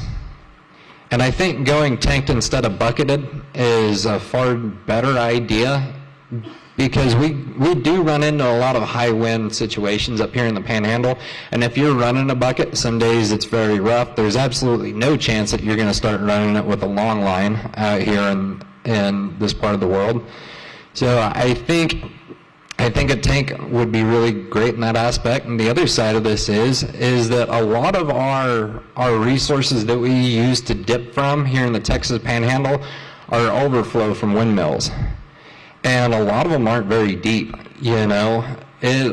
we can't sink our bucket in the water most of the time, and we're actually having to drag and dredge a lot of the overflow tanks from the windmills. And that's also another conversation that needs brought up at a later date, is maybe, and I don't know who in the county or state this would be, but with these ranchers putting in windmills or doing any dirt work, it should be brought up, hey, maybe you guys should dig a little bit deeper on your overflow tanks. So long story short, I think a Huey would be good for that. Well, with your search and rescue experience, would the same aircraft work as a medevac for medevacing firemen out or whatever? It would. So you could, if things were really bad, you could easily load a patient, medic up in the back of a Huey, no problem. We do it all the time in Wyoming. So. And you'd be on the fire anyways. Yes, sir. Yep. Members, other questions for this panel? I got a couple I want to follow up on. Emmett, you brought it up, the need for dispatch to go directly from, the sheriff's office or the fire department to whoever's going to be coming in with the aircraft. And that does happen in Wyoming? It's yes, direct sir. Dispatch. I don't know how their dispatch works with their state fire program. I can find that out for you, but I think it's a far quicker process that does not have to go to Boise. Well, yeah, I can tell you, I'm so sick of this state getting compared to Florida. Let's try Wyoming. So if you could give us some more information on that and get it to the staff, I'd love to include best practices from other states. Absolutely. In the report. Derrick, I wanted to ask you, you mentioned, and I guess is Wes Moorhead still here? There he is. All right, stay still, you're next. You mentioned something that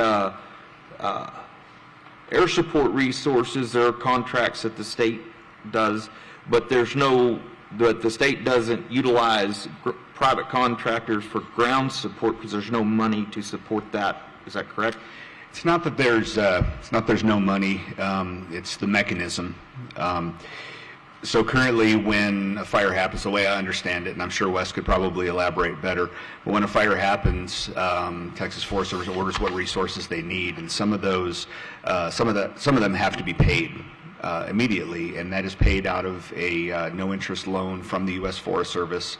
And then Texas A&M Forest Service goes to the legislature and says this was our fire bill for the last 2 years or whatever, and then legislature approves that, and then they pay off that loan. And currently, the way I understand it is underneath that 2-year interest-free loan, they can use that to pay contract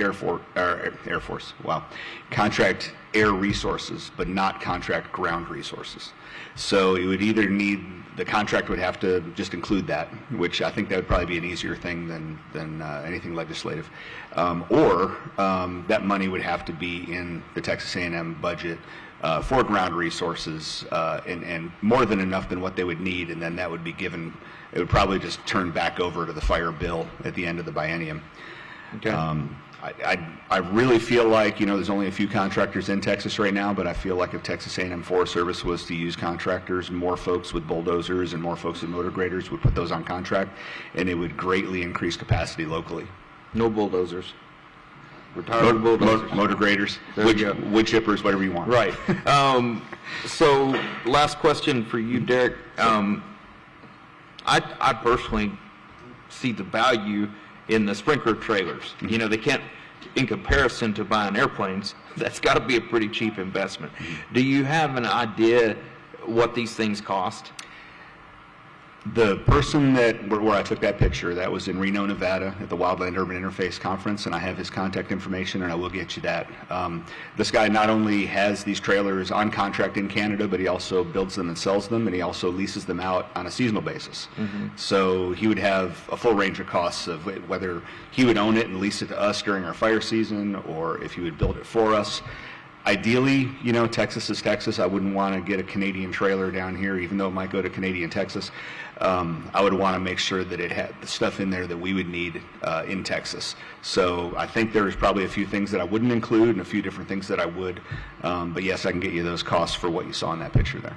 Well, I'd like a little more information about who builds these things and get that to the staff. And I would encourage, the Forest Service, as we talked about earlier, when we're looking at what's going to be in the LAR going after this report, right, that we look at all resources. I'm okay with Huey helicopter, I suppose, but you know, the sprinkler deal shouldn't be, or ground resources shouldn't be excluded. Sure.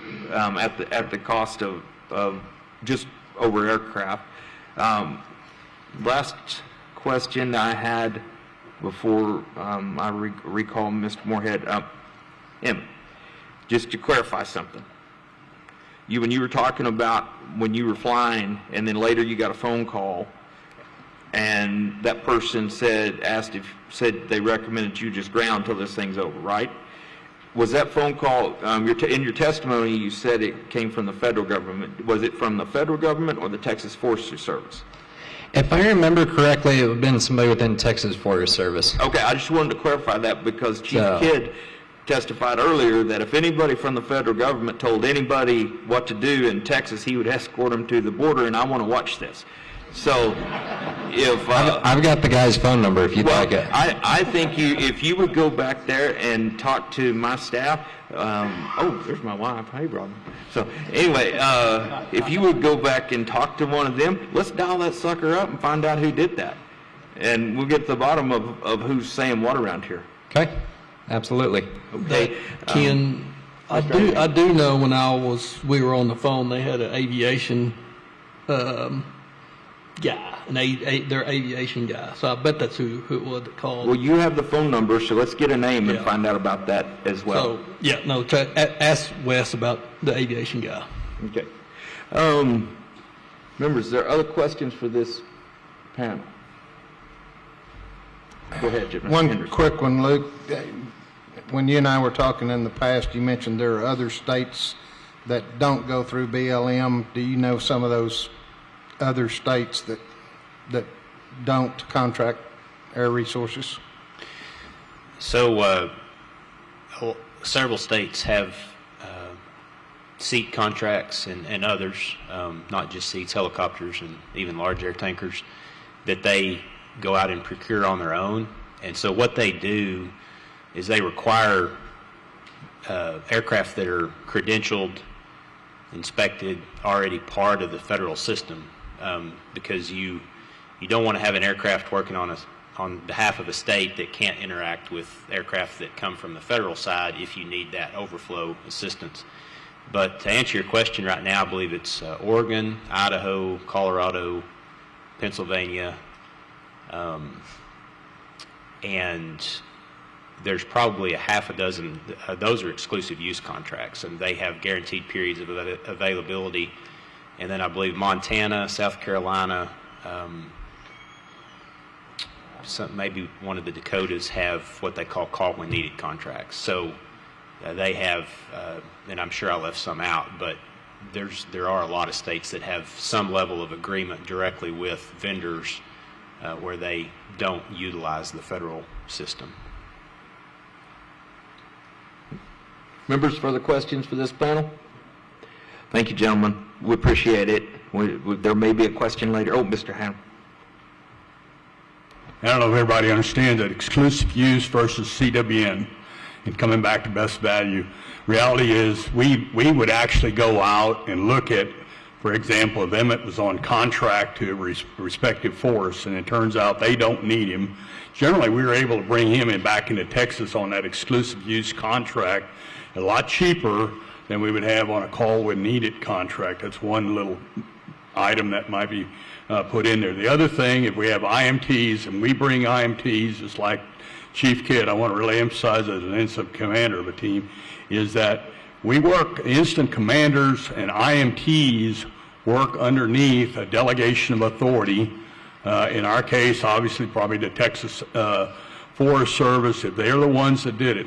I like to look at it simply, follow the dollar, and who's paying for it, and that's the dispatch side of the house, is who's got that responsibility, and that's all part of that contracting element there. Airports and where we put people in airports. One of the things that we'd had to deal with over the years is there are some airports that don't want to have us, if possible, running out of their airport, and that obviously comes back to whether it's local government, either county, city, or whoever, the airport authority that we're going to have to deal with on where we can place aircraft and those kind of things. So I just want to clarify that we would have to go through those processes. Once And- again, the theme of this whole thing is communication. Yes, sir, it is, absolutely, and there's a lot of, that would go into it, and follow it, and the other part of it, we talked about standards, and these folks all know it too.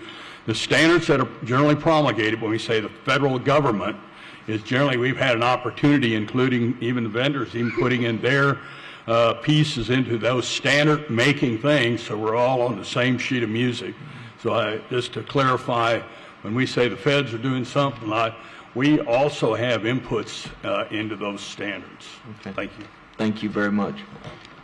Members, thank you, guys. Appreciate you being here. Great intel. Looking forward to compiling the report.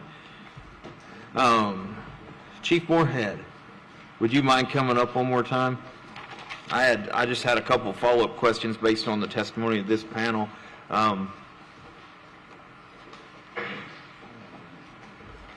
Okay. Just for the record, would you state your name again and who you represent? Yes, sir. Wes Moorhead with the Texas A&M Forest Service. Thank you, sir. Two things. Back to the 2604 grant. We just heard testimony from Mr. Hannemann that a lot of the grants get reduced because of paid volunteers versus or paid employees versus volunteers. That's what I heard. That's what I wrote down. That there's a distinction. If you have too many paid in your area, the weight of your volunteer goes down in the grant process. Is that correct? Yes, in a way, in that that 2604 program is currently designed to have departments that have 20 or fewer, I believe, paid members. And so if you've got more than 20 paid members, you're no longer considered a volunteer fire department by the current standards. So if you have 20 or more, you're no longer volunteer. So that would affect the volunteer aspect of the department ability to access 2604 money. Yes, sir. Typically, Gotcha. once it reaches that threshold, when you've got that many paid members, it transitions to what we call a combination department. Okay. And then do you have does it, after 20, does it turn into a percentage of what grant money would be available for that department that is still, could be mostly volunteer? I believe actually they're no longer eligible. They're no longer eligible once at they're all. a combination. So if yes. they have more than 20 paid members. They're out of the 2604. Yes, So sir. it's not a reduction in funding, they're out of the program. They're out, no longer Gotcha. eligible. Yes, sir. And that 2604 program is targeted to those 1,250 volunteer departments. That's where that money is targeted. We've got, like I said, 1,250 volunteer departments, roughly 350 combination departments. So it's a smaller subset of the fire service in Texas. Okay. That answers that. Could you clarify the ground contractor versus air contractor? I'm a little bit confused. I think we did clear it up, but it's not that there's no money to hire ground contractors, but is that something that the Texas Forestry Service just typically doesn't engage in? So typically our ground resources that we bring into state, those 36 other states that have sent us resources, those are entities that are available in the resource, interagency resource ordering capability. So we're able to go out and grab those through that system. I believe Mr. Holdstock's company, it may be in there, but it's classified differently than all those other entities. I believe he operates under a Viper contract. And my understanding is those Viper contracts, we as a state need to pay them directly within 30 to 60 days. Don't quote me on that, but it's a very short time.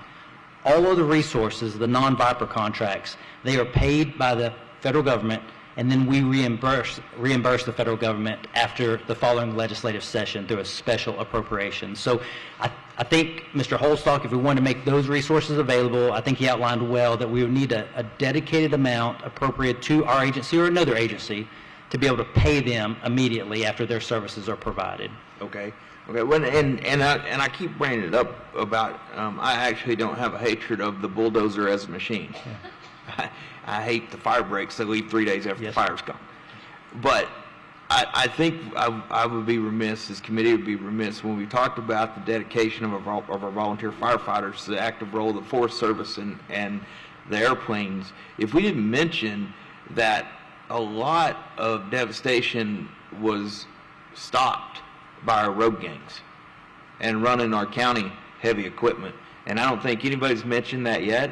And I want to make sure that when we're talking about ground resources, we're not leaving those guys out, because they're not volunteer fire department guys, but every county judge, every volunteer fire department I've talked to has had nothing but praise for the active role our road gangs played in this. So when we start talking about the kind of equipment we need on the ground up here, I really think our local county employees and our road gangs should be part of that conversation, because they can tell you what they can get up one of these Caprock Canyons and what they can't, and what has the most efficiency. Yes, sir. That's all I have for Mr. Moore. Go ahead.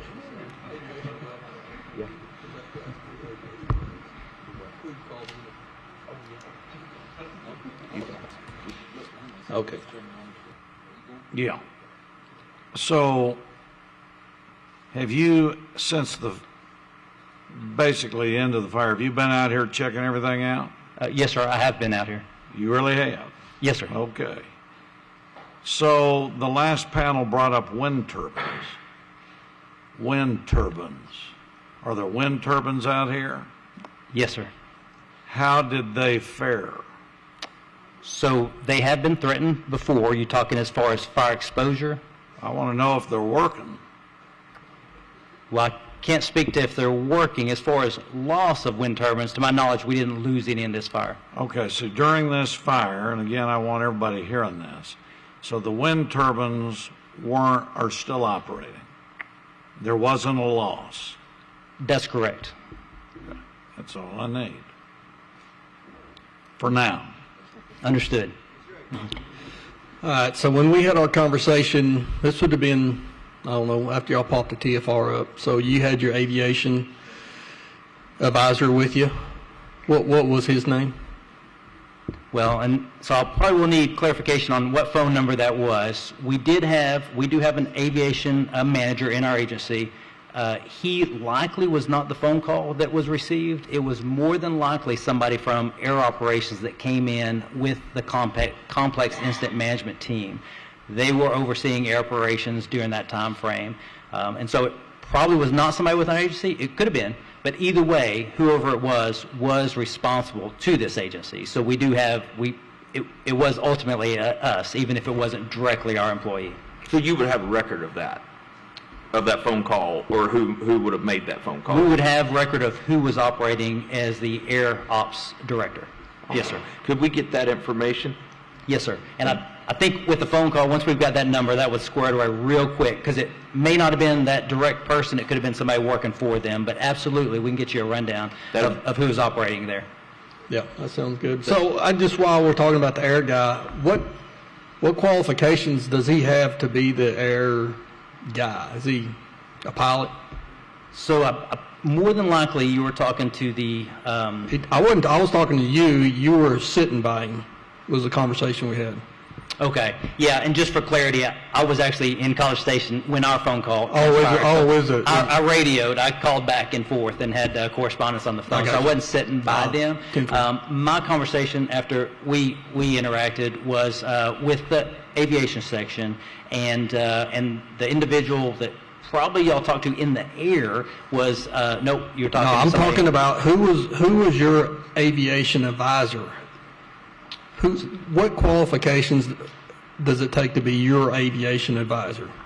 So to operate an aviation section in the Texas A&M Forest Service, the qualifications are minimal. to operate as a branch director, which you more than likely interacted with on that fire, which came with the complex incident management team. Those qualifications are fairly extensive.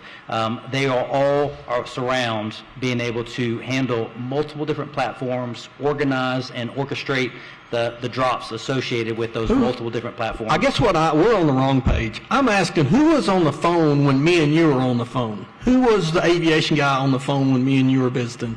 I actually called the instant commander of the complex incident management team. So you don't know. I did not talk to the aviation manager. That's correct. The IC, the instant commander of that complex incident management team, made subsequent phone calls and got back with me. All right, cool deal. All right, thank you. Members have other questions for Chief Moorhead? I think that concludes you for now. Thank Until you. these next guys come up here and we have more questions. Thank you very much. All right, members, let's move on to panel 3. Chair calls J.D. Salinas, Craig Pritzlaff, I think I said that right, and Billy Tidwell.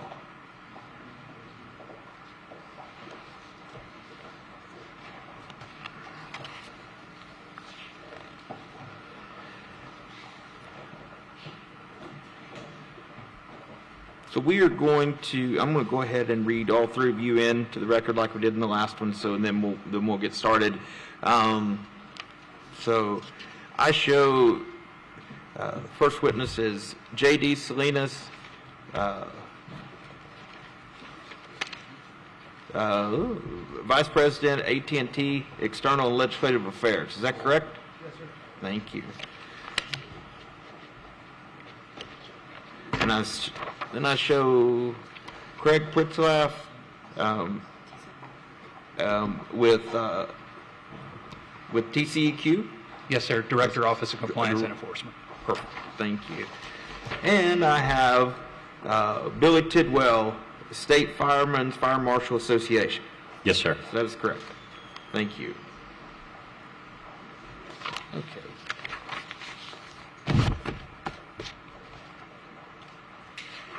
Do any of you gentlemen have an opening statement you'd like to start with? Mr. Salinas. Yes, sir, Chairman. Thank you for the invitation to be here with you, Chairman and Committee. My name is J.D. Salinas. I'm the Vice President of External Affairs for AT&T Texas. I'm participating in today's hearing as a capacity as the nation's FirstNet provider and our emergency and communications management experience. Thank you for the opportunity for us to speak here today. I appreciate the important dialogue that we're happening here today and this week. The devastation caused by the recent fires is unbelievable, and the impact on families and businesses across the area is heartbreaking. The conversations that you're leading is essential to identify opportunities for improvement and response and recovery efforts, and to identify effective processes and best practices. At AT&T, we would take network continuity during disasters very seriously, and after every event, we also take the time to assess that what worked, where there need to be opportunities for improvement.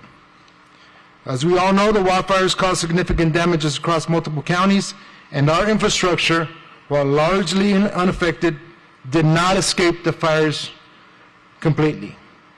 Before I touch on those specific impacts and our preparation and response efforts, I do want to offer one brief clarification. While AT&T serves many parts of Texas in wireline services, think broadband, landline phones, and other in-home and office voice services, many of the areas impacted by the wildfires are outside of what is considered our traditional footprint services and territory. Our service in this area is limited to wireless service, and there are other providers who deliver broadband and fixed voice products to the customers in this area. I offer that clarification because some of the members of the committee know us as both a wireline and wireless provider in their districts. And I wanted to make distinction clear that the effects of our network from the wildfires were on the wireless side of our business. As mentioned, we did experience some initial impacts from the wildfires. On February 27th, we first began to see some impairment in our wireless network in parts of the impacted area. Our teams had been monitoring the wildfires and staging equipment to respond quickly once it was safe to do so. However, it is important to note that our customers did not receive a service interruption as their traffic was shifted to surrounding towers that were operational. As quickly as possible, and again, as soon as it was safe for our employees to enter the impacted areas, we had technicians on site to evaluate any necessary repairs. We had temporary power solutions, backup batteries, fixed generators, and temporary generators deployed at multiple sites and active as needed. Our sites all rely on commercial power to function. And given the wildfire's impact on the power infrastructure, our backup power facilities proved critical. As you may know, AT&T is a private partner helping deliver FirstNet, the nationwide public safety broadband network. FirstNet is an interoperable platform and ecosystem dedicated to public safety and gives first responders access to technology they need to reliably communicate, collaborate across agencies and jurisdictions. It is only a network built with and for first responders to extend public safety community. In Texas, AT&T has 660 FirstNet customers and communities around the state, and we had many first responder customers agencies operating in the Panhandle during the wildfire, including the Texas Department of Emergency Management and the Texas A&M Forest Service. We deployed mobile network assets in support of these first responders and to provide targeted coverage to assist to critical communications as police, fire, and rescue teams were responding to needs in the community. Importantly, we have staging yards for first and emergency assets in Amarillo. As a result, we were able to support our first responders and deploy assets very quickly. In fact, at the request of the Texas Department of Emergency Management, we deployed the first SATCO to base camp in Canadian to boost wireless service at the first responders in the area. Planning for and responding to crisis is something AT&T takes very seriously. From hurricanes, tornadoes, wildfires, and other natural man-made disasters, our team has extensive experience responding to events, quickly, safely restoring connectivity to the communities we serve. Thank you again for the opportunity to be here today. Thank you, Mr. Salinas. Others got an opening statement you'd like to read? Go ahead.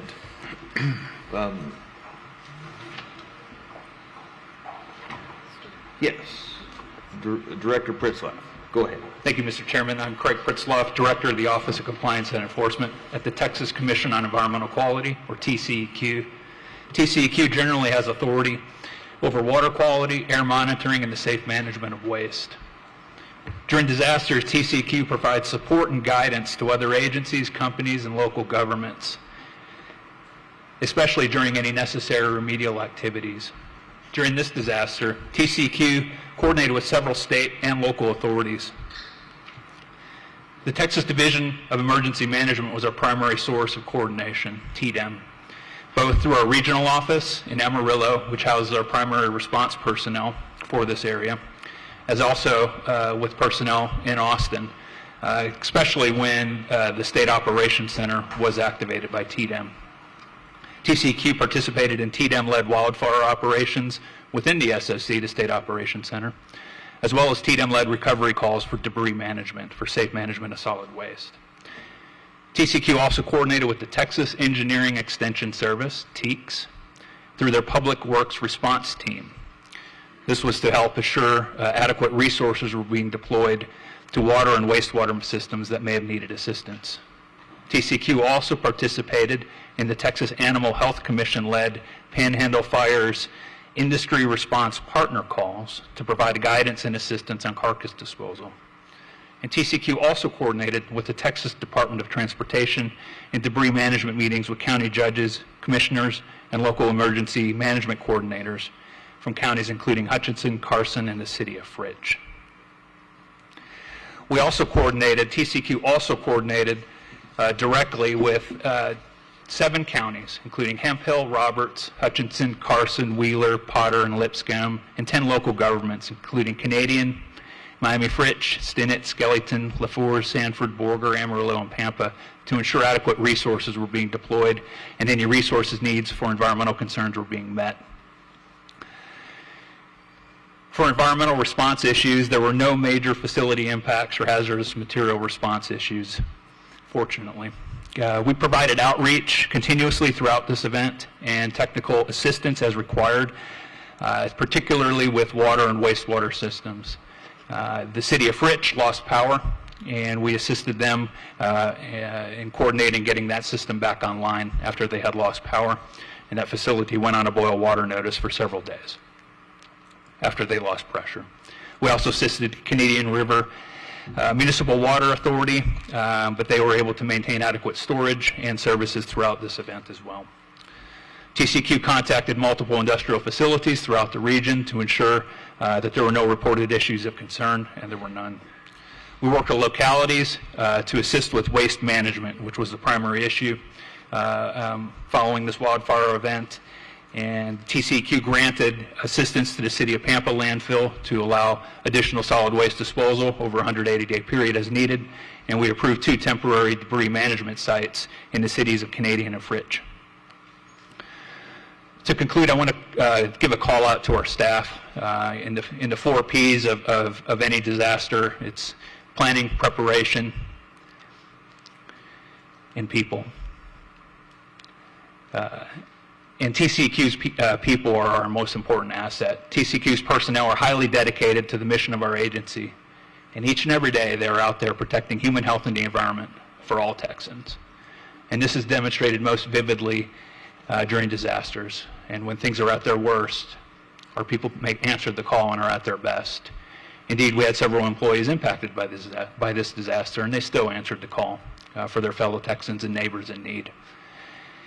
Thank you for the opportunity to speak about TCQ today, and we'll be pleased to answer questions throughout this hearing.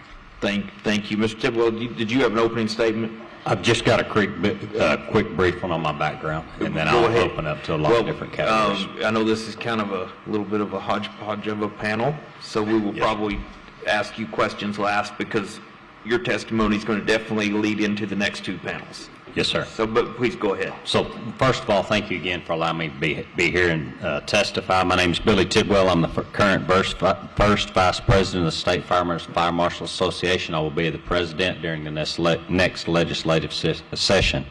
I'm also the Fire Chief of the Rawls Volunteer Fire Department, Crosby County Emergency Management Coordinator, and I am here to testify on behalf of the 18,000 volunteer firefighters of the state of Texas and the Panhandle Firemen and Fire Marshals Association of Texas, and I was also deployed to the smokehouse fires as well.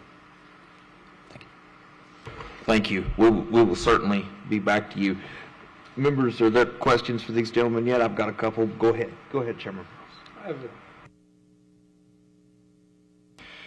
All right, Commissioner Protzlaff, I want to talk about TCQ. Couple things.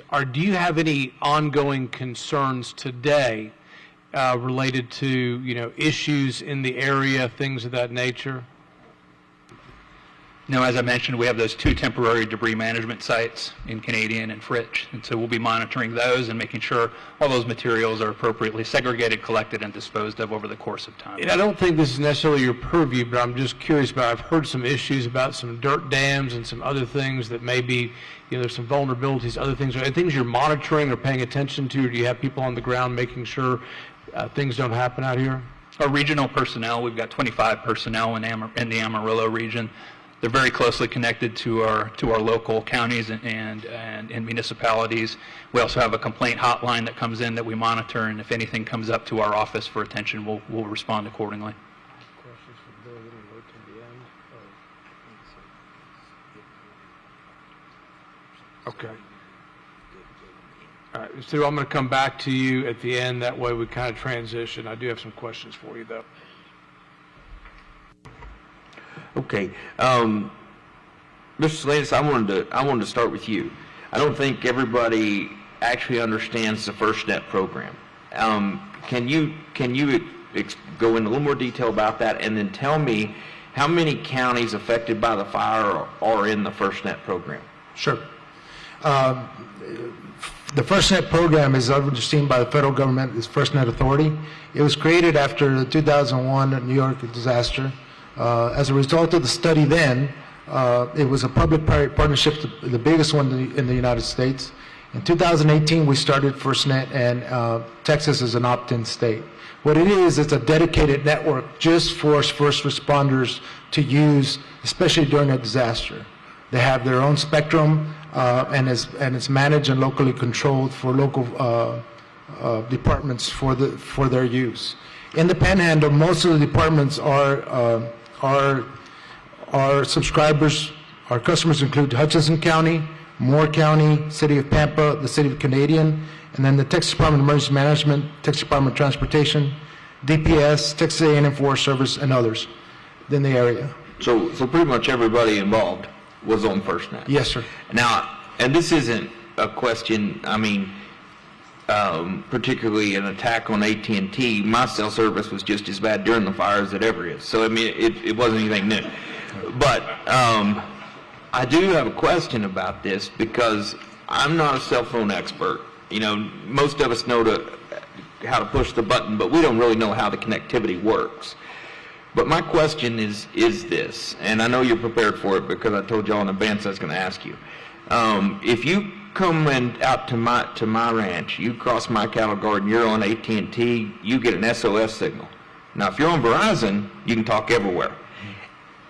Can you just briefly explain to us, and the reason I ask this, and I'm not pitting you against Verizon. If you notice, I asked AT&T to participate in this hearing because you hold the FirstNet program. But so much of my home county, 75% of it burned, AT&T service just isn't as reliable. And I just want a layman's brief answer, and you know, if your answer is your local partners, I don't care what the answer is. Nobody's putting you on the spot. I just think everybody in this room would like to know why somebody on Verizon can talk when they're down in the in the river bottom, but if you're on AT&T, you probably can't. Can you expand on that at all? Yeah, we'd have to look at this particular area, but I imagine that it's the coverage, right? And that's usually, there's two things, there's coverage or bandwidth. And during an emergency, usually, or football game, you have bandwidth issues. You can have 5 bars, but you won't be able to have a call, right?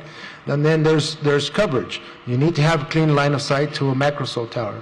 So yes, it was brought to my attention. I'm going to follow up and make sure that. We do know that we did invest $70 million in the last 2 years in the Amarillo area, $70 million in the last 2 years in the Lubbock area, just on our service to try to make it better.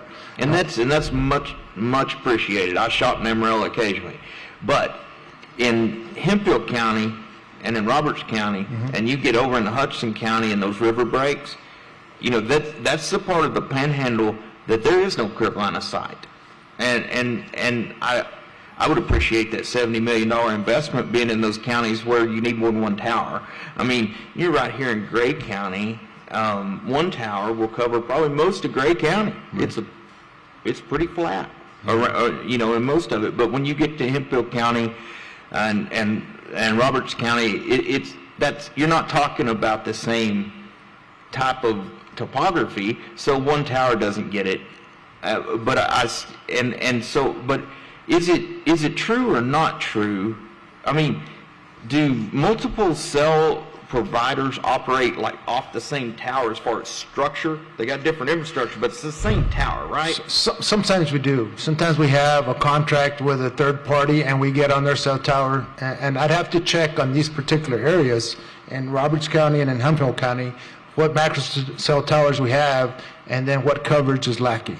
So the answer is yes, we do have sometimes shared towers, but sometimes we have our own monopoles. Okay. And those are owned and managed and maintained by AT&T. Okay. And like I say, I mean, this isn't I'm not trying to create a TV commercial here, but you do have the FirstNet Pro. Yes. And so when my emergency, and part of the reason I asked AT&T to be here is because of your position as the holder of the FirstNet contract, because this whole thing, as you heard me say all day, is about communication. Yes. And if we're going to solve our communication problem, this AT&T is 100% part of the solution here, right? Yes, sir. So I don't want you, I know those, I don't know a better way to ask those questions than to just get it out there. So any information you can provide the committee on the counties that were particularly affected by this wildfire that has less cell service than, say, Amarillo, we would appreciate that being part of the report where we know what to do to go forward and what to tell our local providers who partner with AT&T. Yes, sir. Next subject. Does AT&T own its own poles, above ground poles? Yes, sir. There's some areas where we own our own monopoles, and then some areas that we lease space off a third-party network. And are those poles, do they also carry electric lines? Are they electrified other than just the phone signal, or when you lease that space, are they electrified too? Sometimes we do share poles with other companies, yes. Okay, so I guess my question is, and certainly AT&T, Chairman Hunter, you'll find out when you read that report, AT&T was not responsible for that power pole. I do know that. I don't know who was responsible yet, but I know AT&T wasn't. We're gonna wait for our friend to tell us. That's right. So, well, Mr. Salinas, what I really want to know is, can you give us some idea what pole inspection looks like for AT&T? You know, do you replace a pole every 100 years? Do you do it every 20? I've heard terms about chipping and if it's safe to climb and those kind of things. And I'm assuming AT&T would follow a similar procedure as regular utilities that we'll be getting to in a couple days. Is your process similar? It is similar, but let me tell you, like, we had 6 poles that were damaged this past fire, right, this incident, right? And we have hired a contractor to inspect all the areas so that making sure our poles are hardy going forward. Within 30 days, those should be replaced. But we have ongoing inspection and ongoing support of our poles, of the ones that are owned by us. Okay, and does AT&T inspect those poles in-house, or do you use a third-party contractor? We do both. Okay. But I do need to determine, like, the life of a pole in Pampa, Texas may not be the same as in Robson or in Port Aransas because of the salt and some of the materials used. Well, certainly, I get that. I get that as well. Can you share with the committee who your third-party inspector is? I'll get that information. I don't know it offhand. Okay. So do you have anything else you can add about pole inspection, or what kind of and I'm certainly, with no disrespect to Chairman Hunter here, I have no concern about Port Aransas poles at this time. I want to know what the pole inspection process is here. Okay. I will look into it and give you more information. Perfect. Members, questions at this time? It was not our pole, Mr. Hunter. No, it was not. It was not. Chairman Hunter. I want to say it on the record one more time. They will not be mentioned in the report we haven't seen. So we do look forward to working with you and any communications efforts. Right, and certainly the communication effort and the FirstNet contract is, I think it's very valuable. Yes. It's very important, except when it doesn't work. And those are the kind of questions I was hoping we'd get more information on. But if you could provide that information in writing, that we're looking for recommendations. This is what AT&T needs to do. This is what our county partners could do to help. Those are the kind of things we're looking for. Do you have any information to share with the committee on the rural broadband initiative and where that money's at coming to AT&T? No, I know that it's in the process right now, and we're monitoring that process. And so when that money does come available that we've appropriated and we get our federal match, does AT&T as a company anticipate those resources being spent in places like Hemphill County, Roberts County, Hutchinson County, or is it all going to Port Aransas? No, sir. We're looking at every area. The BOOT program, which is the original program that the Comptroller's Office is looking at, we've applied for those funds. We're looking at the BEAD program, the next round of funds, and we're looking at areas that we're sitting at today and others in the west and east of Pampa, Texas. Yes, sir. So in working with the Comptroller's Office, do you have have you received any kind of timeline on when those funds that the legislature has appropriated over the last 2 sessions are actually going to get on the ground? Well, we want to thank you first for the $500 million that you put out for the BOOT program 2 sessions ago, and those have already been competed, and the first round has gone through. Those funds, though, have been used for broadband only and not for wireless service. But those funds are already been competed and are being awarded these past few weeks. Well, so not, and I certainly wouldn't discount the funds coming in the form of broadband, because the only way I can talk on my cell phone at my home is Wi-Fi calling. So broadband's very important to the communication effort up here. So, okay. Well, Mr. Salinas, I appreciate it. Somebody may have a question for you in a minute. Mr. Pritzlaff, I want to talk to you specifically about the operation that we went through on burying tens of thousands head of cattle. I get it. It was not all a TCEQ holdup. We had to call dig tests, and we had those kind of things. One of the things that I wanted to know specifically from TCEQ is why the ban at first on no more than 10 cows per hole? That's been part of our guidance for many, many years over the course of multiple disasters stretching into the 2000s. The Texas Solid Waste Disposal Act requires notification requirements for disposal of solid waste and industrial waste on site. And the agency has released guidance with respect to management of wildfire debris, including proper carcass disposal. The preferred methodology would be burial on site. Ranchers know how to deal with their herds, and if it exceeds their capacity to do so, we could take it out to landfills as well. Okay. Well, and so how did we get past 10 head per hole? You know, I have a neighbor just to the east of me lost 700 head. That's a lot of holes. And the holdup, because of that, once again, we're talking about communications, not throwing rocks, just talking about communication and moving. By the time it was released that our ranchers could actually dispose of cattle in more than 10 head per hole, a lot of these cows have been dead 4 days. I don't know if you personally ever tried to move a cow that's been dead 4 days, but I was kind of thinking about having the agency come up and bury the cows.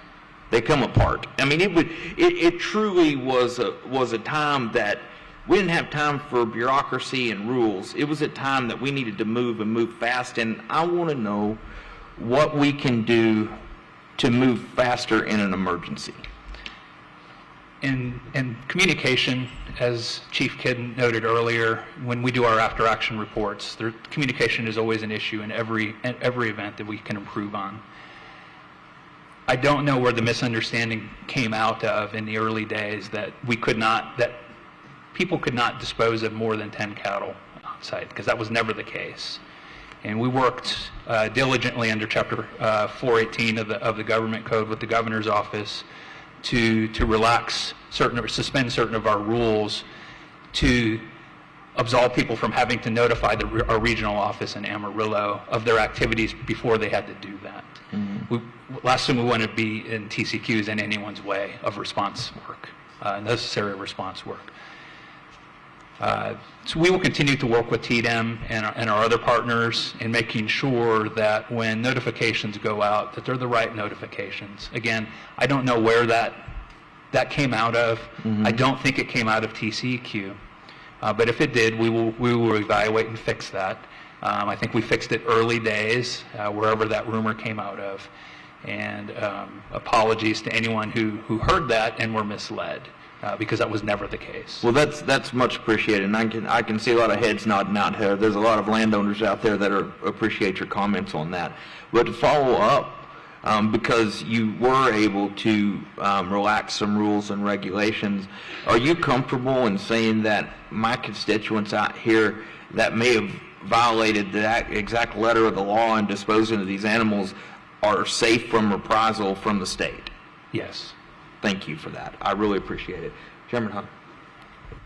So will TCEQ send a memo out so what Chairman King says is absolutely known by everybody in Texas? We already did have a statement issued, and we updated our website, our statement officially. You got it here? Because if it's official, give it to Chairman King so all the folks in the Panhandle got it. I like to see things in writing.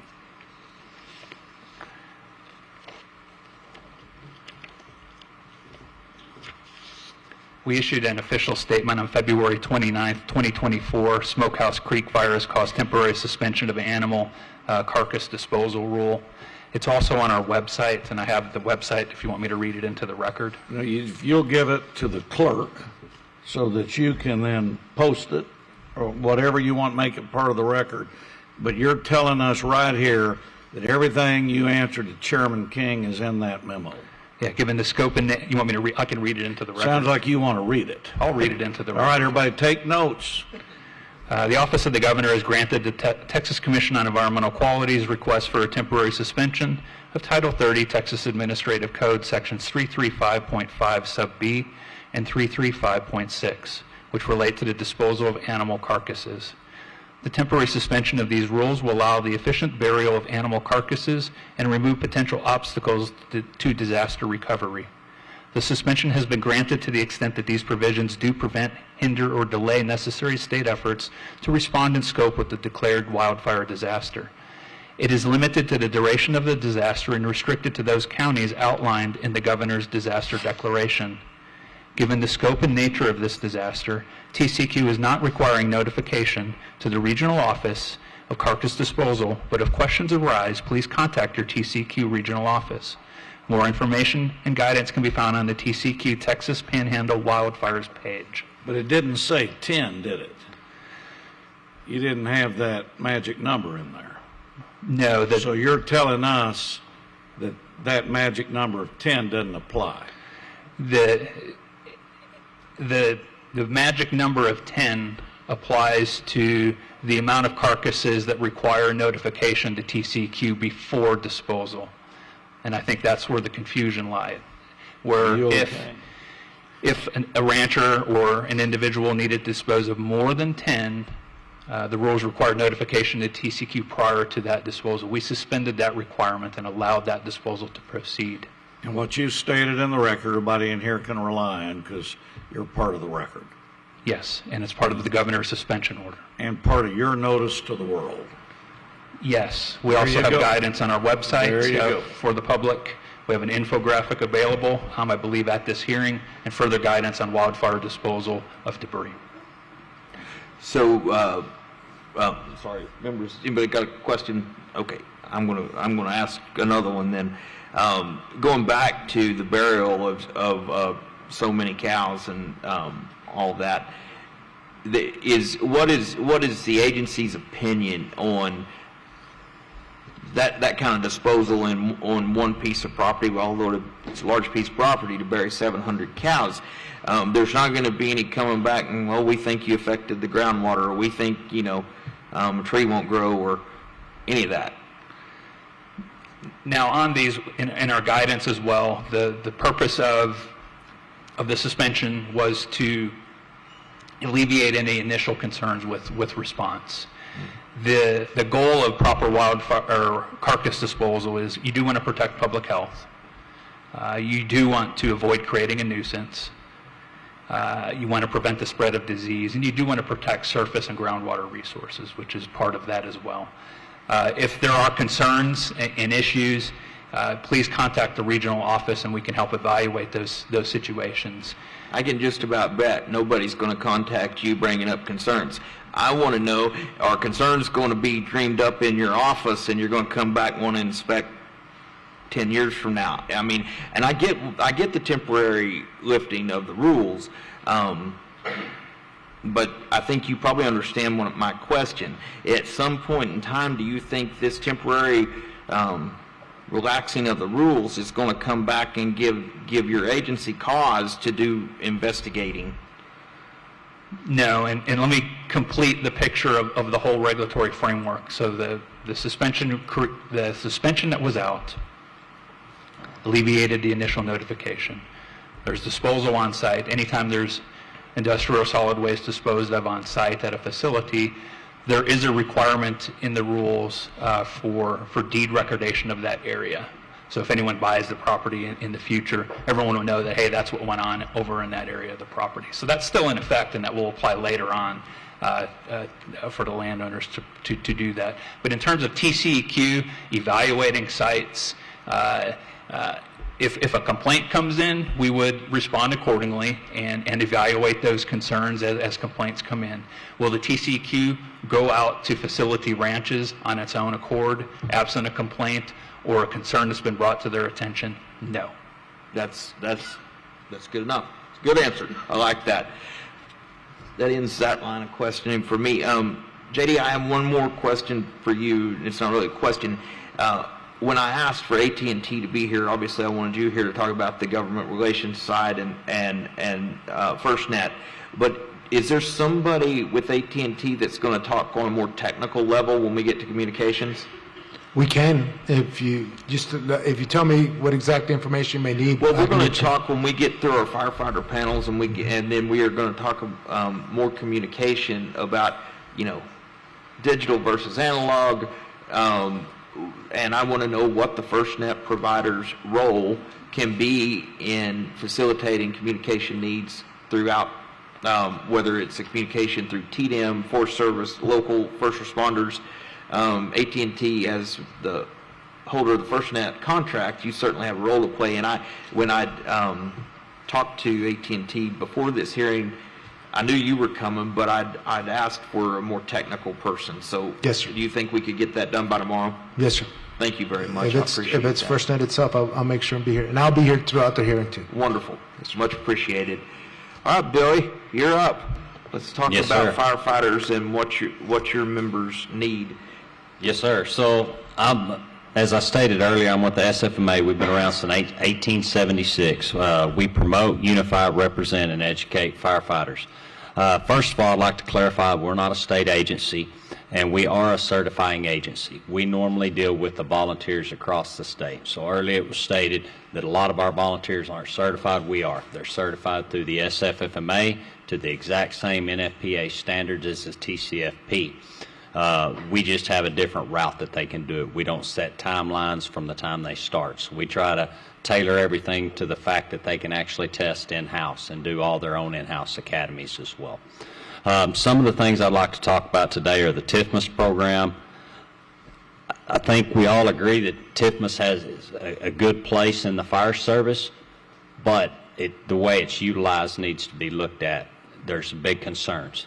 I think they're great at backfilling stations. They're doing great for structural control. A lot of those guys are paid services, as Nim pointed out, that come from these big metroplex areas. They fight structures day and night. That's their bread and butter. Us as volunteers, we don't do that a lot.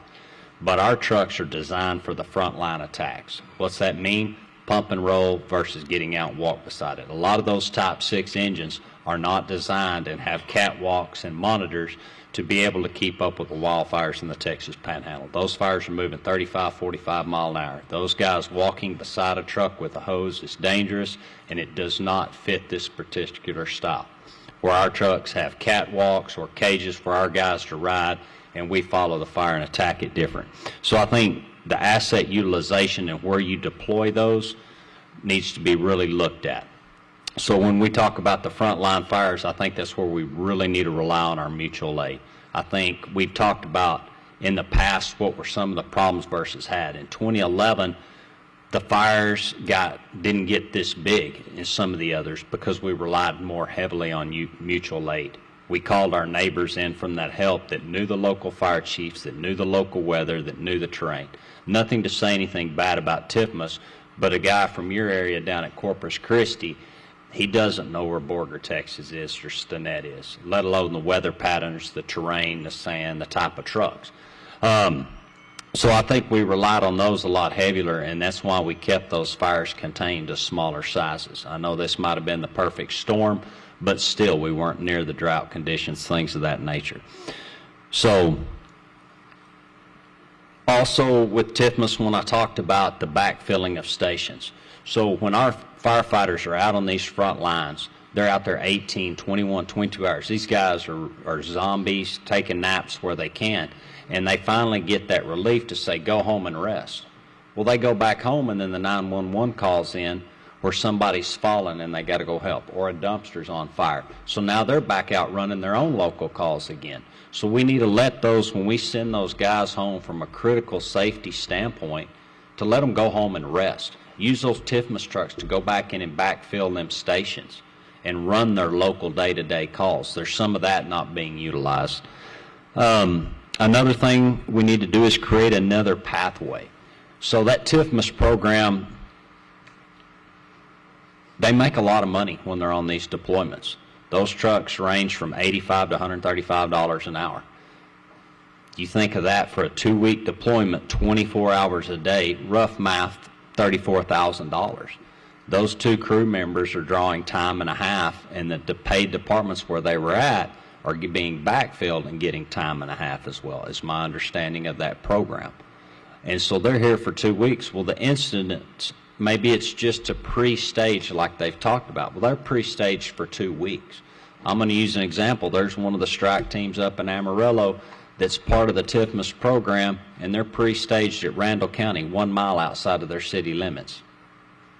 That's a lot of money for going 1 mile out, and you could still go home and sleep in your own bed.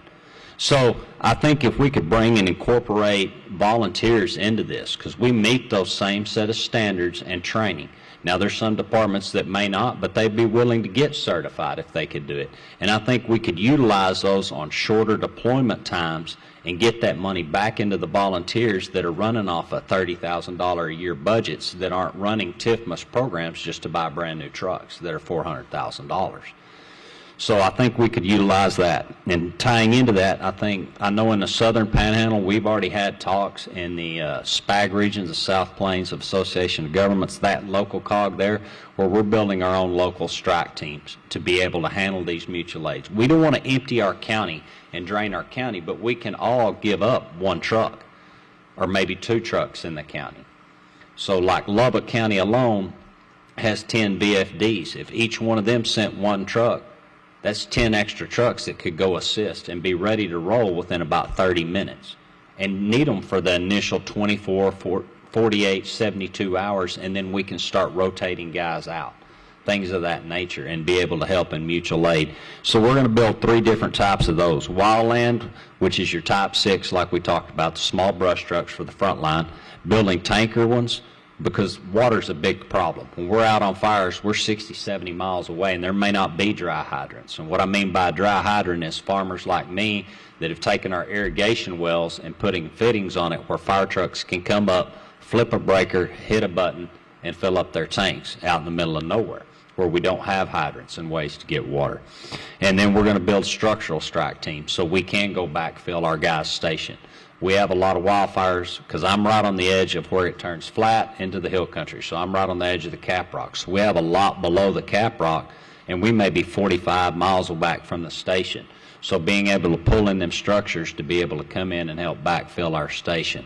And so I think working with our local cogs to build an asset list county by county, department by department, is a good deal. For us as emergency management, if I'm on a big fire like this is happening and I need that, I don't need to make 40 phone calls. I need to be able to go with one spreadsheet and here's a list of my counties, here's what they have, here's who to contact to make that one call and get those assets coming in a timely manner.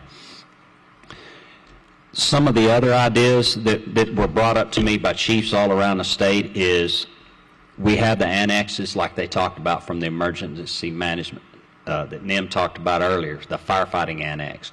We maybe need to expand into that and have one that deals strictly with wildland portion of that, because that firefighting annex is pretty much a lump all catch-all. Well, we really need to do that, and I agree, it needs to start at the local level and finish at the local level. The problem we have is some of the training for some of the EMCs. So when I came in after 2011, I walked in, they said, you're the emergency management coordinator. Okay, what do I need to do? I don't know. And so a lot of this has evolved. So I think building a basic training material or workshop these guys could go to, whether it be 20, 40, 80 hours, and I think NIM and them are already developing one with the TCFP that shows the basic criteria and gives you that general knowledge of just where you need to start and where to go acquire the training, whether it's the ICS like he spoke of, the 100, 200, 700, 800, 300, 400, all the other ones, to get that level up, because not necessarily EMCs may be your county judge, or it could be code enforcement, it could be a sheriff, it not necessarily has to be your fire chief. And so us as fire guys, when we deal with these big fire incidents, the counties that have EMCs that have a strong fire background tend to have better, because we have the working relationships with TDM, the Forest Service, things of that nature. Some of these others don't build those relationships and don't have them. So it would kind of help bridge that communication gap through that. Another way we could build is through the Forest Service. I've reached out to Wes and them, and through the Fire Connect program, as y'all talked about earlier.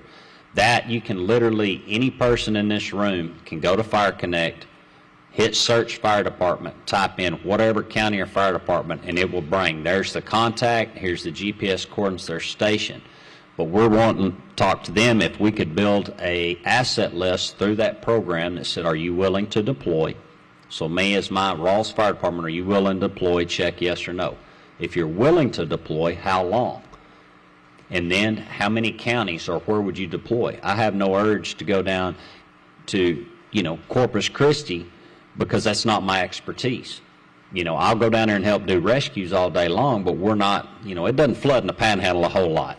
So, being able to set up a system that says we will deploy anywhere in the Panhandle for 72 hours. And then if we could do that and then get y'all to help fund and create some new training opportunities, I think we could create some grants of $10,000 to help get these, 10, 20, whatever that may be, to help get these trucks fitted to meet that Type 6 criteria, but still have the pump and roll capability, and to get our guys trained. Right now, me as a volunteer, I cannot get red carded, as they talked about today, unless I am part of the TIFMAS program, which getting in the TIFMAS program is pretty tough. I've been trying for 2 years.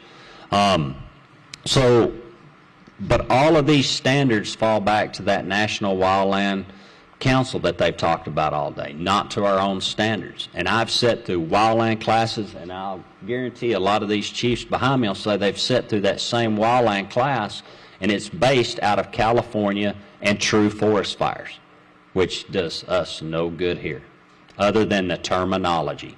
So maybe we need to look at different type of cards for here to get our guys trained and to work on their task books to be able to be the strike team leaders or engine boss and all that we work through of those. And then going into the funding, there's a couple other, well, let me go touch back to the deployment. So last legislation, y'all, I want to thank y'all. Y'all worked hand in hand with the SFMA about getting a job protection bill. And it made all the way through, got to the governor's desk, and then he vetoed it. So that is a big factor in what we do when we get on these big fires, of employers not letting firefighters off to go fight these fires. And there were firefighters that lost their jobs because they were out fighting these fires up here. And that to me is just unacceptable, that a guy is going out saving his community and to lose his job and his livelihood over that. So I think that's something we're going to have to look again at the next legislative session. Also, the 2604, that $172 million backlog, we fought hard last legislation to get that. And I mean, I will speak like they will.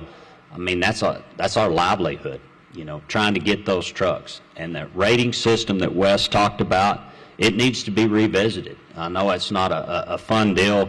It's stated out the years of how many departments, your coverage area, population.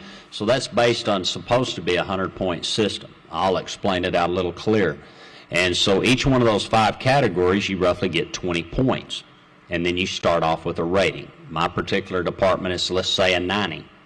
So you start off with a 90 when you put in that grant. That every day that grant sits there, for every month, it gets 0.3 of a point. So if you start off at 90, they normally fund around 130, 140. So you can do the math of how many years that takes to get up there at 0.3 of a point. Well, there are certain departments that start off at over 100. I don't understand that when it's a 100-point system, but they do. And so it doesn't take them very long to get there, and they get funded. Then they put in for the grant again, and guess what? They get funded. Now on the 2 trucks, the trucks are different. So the first round of trucks were awarded, and until everybody got 1 truck, no other fire department got a second one. And then they started round 2. So they're just, I don't know if they've even finished up round 2 yet. So on average, it's taking about 15 years to get a truck, regardless of your priority. The other grants, the PPE, the fire equipment, things of that nature, on average, they're about 6 to 8 years on those, depending on where your priority ranking is. Like I said, there's some departments that rank really high, and they're getting it about 3 to 1 of other departments.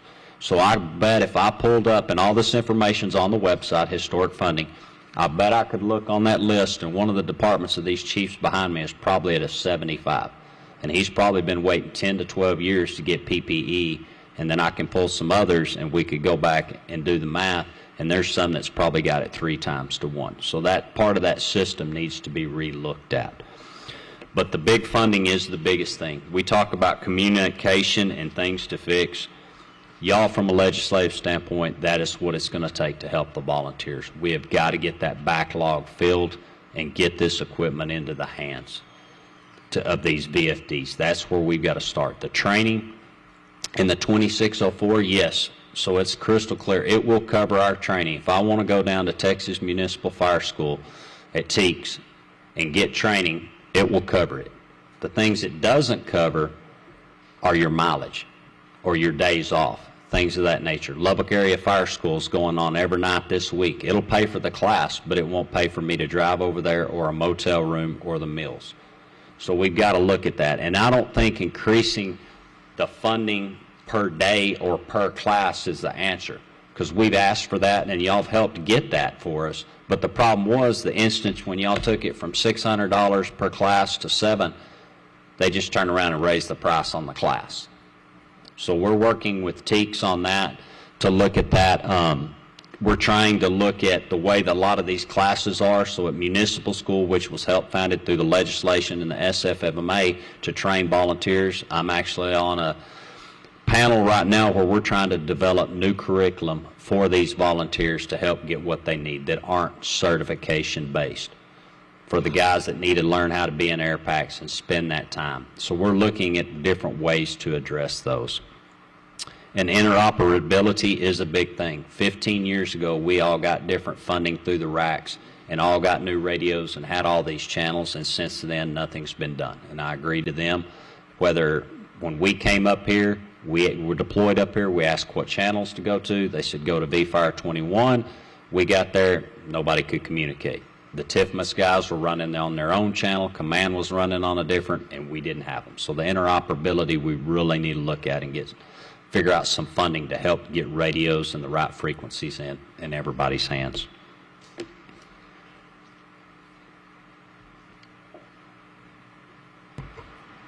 Members, other questions?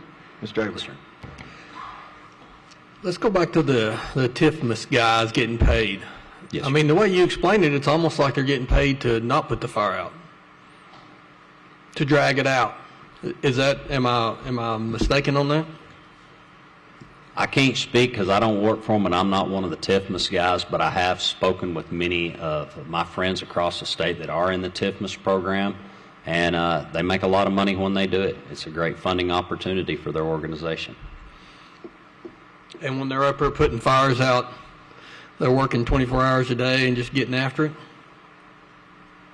I think we both can answer that answer on fires that we've been on. They time out pretty fast, don't they? Yes, sir. Yeah, it's pretty amazing, isn't it?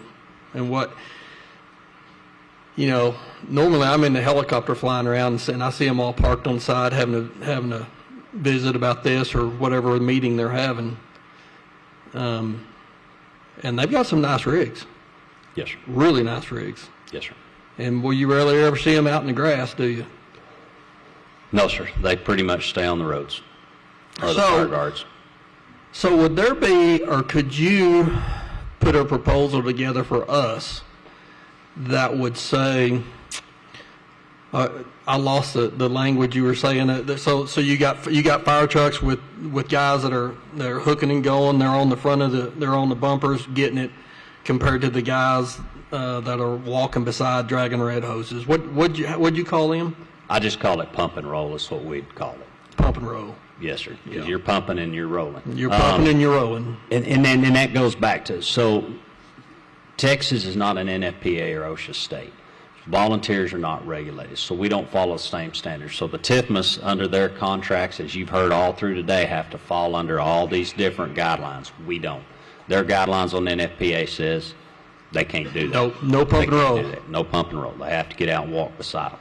So that gives us more flexibility to be able to go and fight the frontline fires. And we need that. We need pump and roll.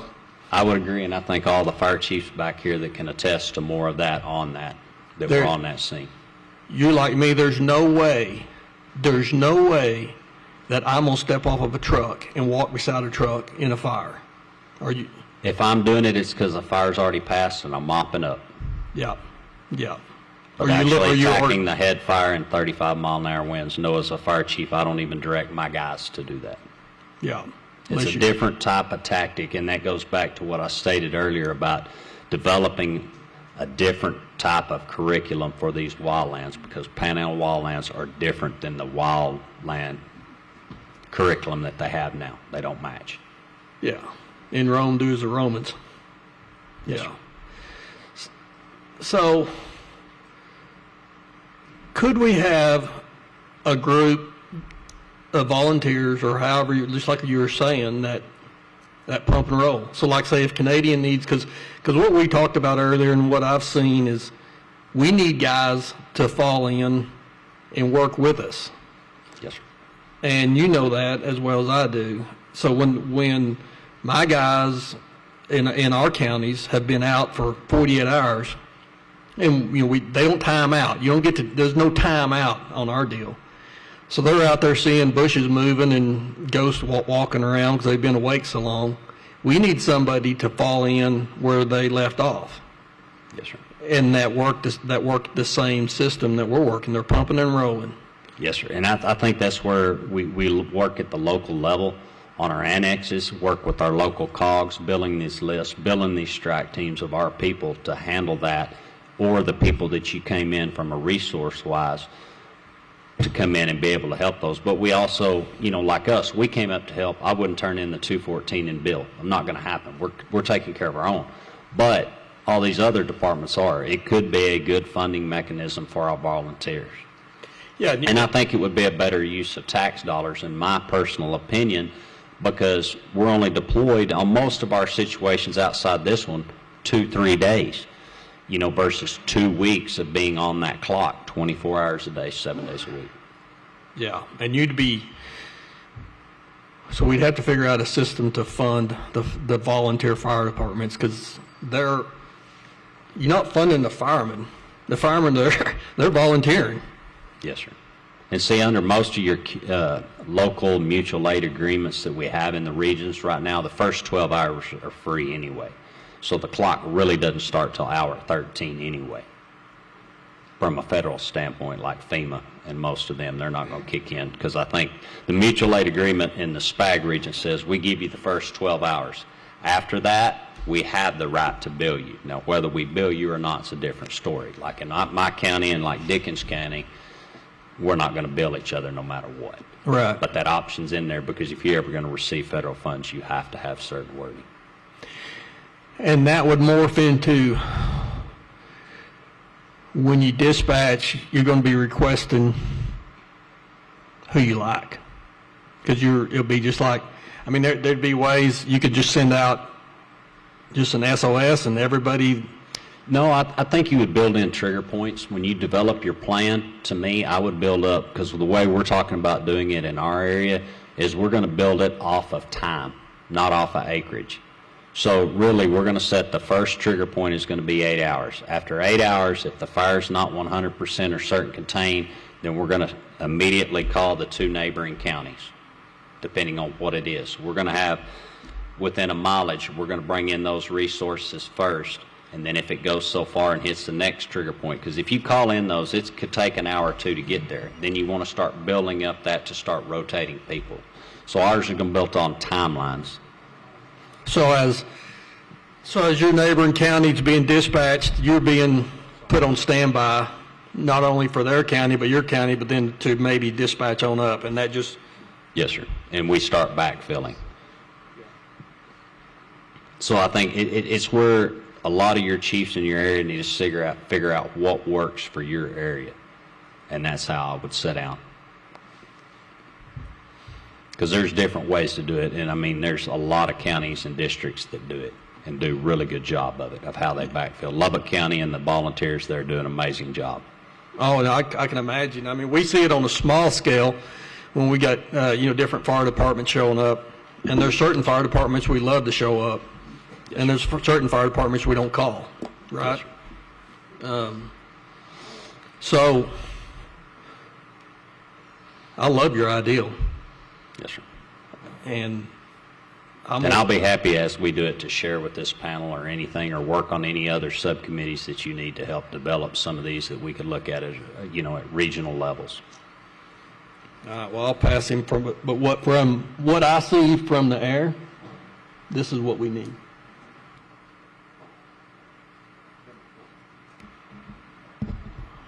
Billy, first, thank you for being here. Yes, sir. Thank you for your service. Thank you for helping and assisting in all of the fires that you have fought. I've got a tremendous respect for you and the job that you do. Thank you. I want to, and also I want to tell you, every suggestion you have brought to me, either before this meeting or here today, I think is very, very thoughtful and something that this committee is going to take a hard look at. And I kind of want to talk about the broader picture and take a step back, since we're talking about, the departments that you represent and everything. Most of the fires that are being dealt with by volunteer firefighters are not massive multi-county wildfires such as what we talked about here today. Is that fair? For the most part, yes, but I think when we do have the big ones, they tend to break out more in the rural areas. And that's just because it's rural, so they have a tendency to get bigger faster. Totally agree with that, but I mean, on a daily or monthly basis, most of what you guys are dealing with probably is contained within one or maybe two counties and not nearly as massive as this one, right? Yes, sir. I mean, the biggest function that, you're volunteering to service is going to be something that usually, hopefully, your volunteer fire department can contain by itself without the need of other fires. Yes, sir. And I assume that in that situation, as is most of the rural areas out here, is it the county judge or the county courts that kind of oversees the operation, helps direct, or do you guys just take care of it yourself? Normally, if a fire comes in our county, they page out that department, whoever district it is, and we run it. Now, if it starts getting to a size that we can't handle, then we turn around and call. Us as fire chiefs have the authority through the judge to do whatever we need to do inside our county. But if we call outside resources, then it goes through the emergency management. But it's the county government, I guess, that you would say that, somewhat oversees the daily operation. I mean, if you're reportable to anybody, it's the county government. Is that fair? Well, in my particular county, all three of us are municipal based, and we have a contract with the county to provide outside of our city limits. So it's either the city, municipal base, or the county, but it's a local jurisdiction. Political subdivision of the state of Texas. Yes, sir. All right. And so you've got mutual aid agreements, though, that basically if it gets to a certain, level, then everybody is going to try to draw from the neighboring volunteer fire departments to go help and try to service. Yes, sir. And is that set up through the COGS? It initially was set up through the COGS because they helped a lot of your smaller departments and counties help do your annexes, but they're actually built into your annexes, which is through TDM. Okay. So if a fire gets so big, is that when the state and TDM comes in to help support the functions that are going on? So normally how it happens is you call your emergency management, and then he contacts the locals. And then if you need state resources, you put in a STAR request and you start working with TDM. And if we need the Forest Service, we usually pick up the phone, call our regional coordinator, say, hey, we need you, this is what we need, and they're en route. So they come in kind of secondarily to help support the mission that whoever is in charge of doing it. Yes, they're always in, that I've ever seen and witnessed, they've always been a supportive role. The only time that I've ever seen anyone from TDM or Forest Service ever step in and take control is when they handed the control over to them. Like in our county, we don't handle that over. I keep command of everything in the county from start to finish. And we've been talking up here about the fact that, there may be some opportunities that, maybe state resources that have been allocated could be done much more efficiently or better, and that maybe, there's some supporting roles that some of the, longer distance can come in to support. Is that fair? Yes, sir. And that there's been a real problem, maybe there's some ways that we could help supplement and get some more equipment or some more, fire trucks and things of that nature. Yes, sir. But ultimately, is it the municipality or the county that also in their budget funds part of y'all's operation? So for the majority, you have either municipal-based VFDs or you have 501c3s that are standalone. So like me, my department is municipal-based, so I have a budget. I'm a department head just like the other guys. I just don't draw a check. And our budget is very minimal. Like in my annual budget's $24,000. So there's some trucks that don't even get the oil changed a year. But then we have a contract with the county, and we basically get $250 if we leave out our city limits, whether it's 1 hour or 12 hours. So is it a situation, I'm just trying to understand, have the city and county funding of what y'all need to kind of do equipment upgrade and things like that, has that been pretty flatlined over the years, or has it increased to the extent? It very seldom decreases because the population in rural counties keep getting smaller and smaller, and I'm assuming it's the same way here. You have, like in our area, everybody's moving to Lubbock or moving to Amarillo or wherever it be, and where years ago we had 20,000 people, now we're down to 4,500. You can only tax so many people, so the budgets are not going up. And we don't have the oil production in certain counties or don't have the wind production. And so we have to rely on all these outside sources because the cities can't fund it. I mean, you'd look around, ESDs are popping up everywhere, but there's certain counties that it just doesn't work. You can't get blood out of a turnip. Exactly, sir.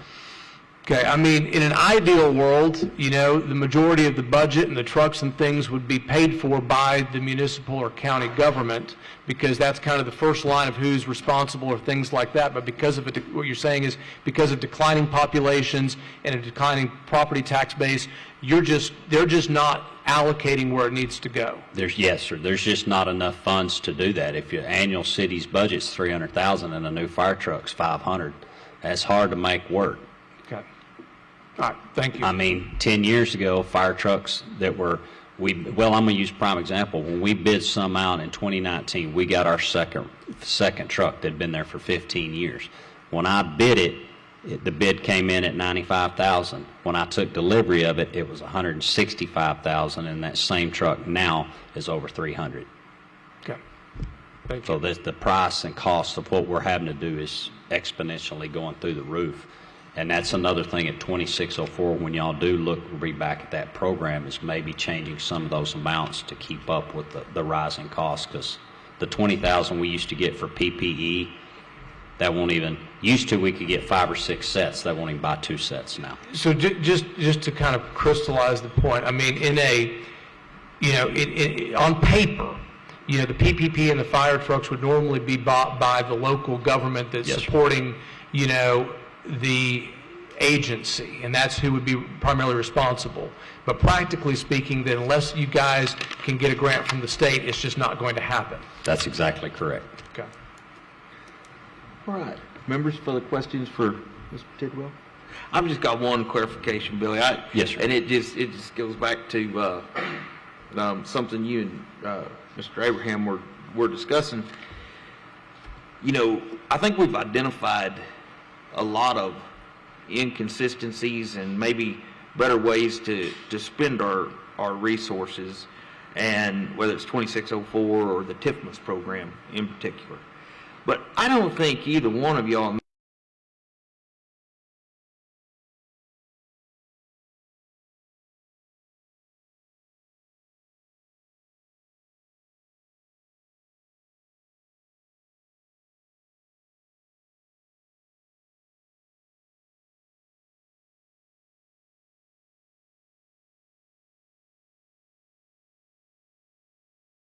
Yes, but I want to make real clear that these guys coming up here, and if they're getting paid, they're working within the rules we provide them. Yes, sir. And this is not on them.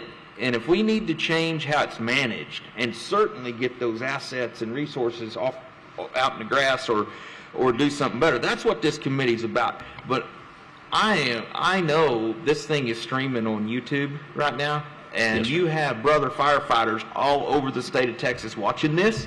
And I didn't want this to go any further until we clarified. We're not talking about our brother firefighters here. We may be talking about mismanagement of funds. We may be talking about mismanagement of resources, but we like our firefighters, correct? Yes, sir, and that was not the intent. no, There is that a was- utilization, it was talking about the utilization of the equipment, not the and the personnel. only reason I bring it up is, like I pointed it out, to be fair and consistent here, when the director earlier spoke about a phenomenon, I want to be real clear about what we say up here and what we mean. Yes. And I can tell you, as me sitting here listening to that, I don't want a firefighter in this state that came to Hemphill County, whether they sat at the four-way stop and blew their lights or put one of my neighbor's houses out, to feel like I don't want them in Canadian Texas. Now, I'm all about changing that program. I'm all about getting the resources better, and I'm certainly up for redoing the 2604 and getting the resources to the folks that should have gone to begin with. But I don't want a firefighter in the state of Texas that came to the Texas Panhandle that Monday, Tuesday, Wednesday, in the next 2 weeks to feel like that they're not welcome in Hemphill County. Yes, sir, I agree 100%, and I'm sorry if it was perceived that way. There was no intention of that. You guys were having an exchange, and I shape, get or it. form. Not everybody's used to the committee process, but everything we say up here in these microphones is in the record, and I just want to set the record straight where it doesn't show up in the report that we don't want people to come help us put fires out. That's it. That's all I had. Members, questions? Thank you very much, gentlemen. I appreciate you. Thank you.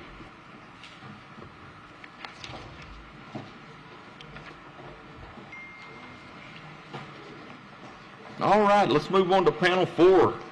Well, we're moving at the speed of smell now. Chair calls Scott Brewster, Philip Clark, Trent Price, and Robert Ford. Go for it. I'm all in.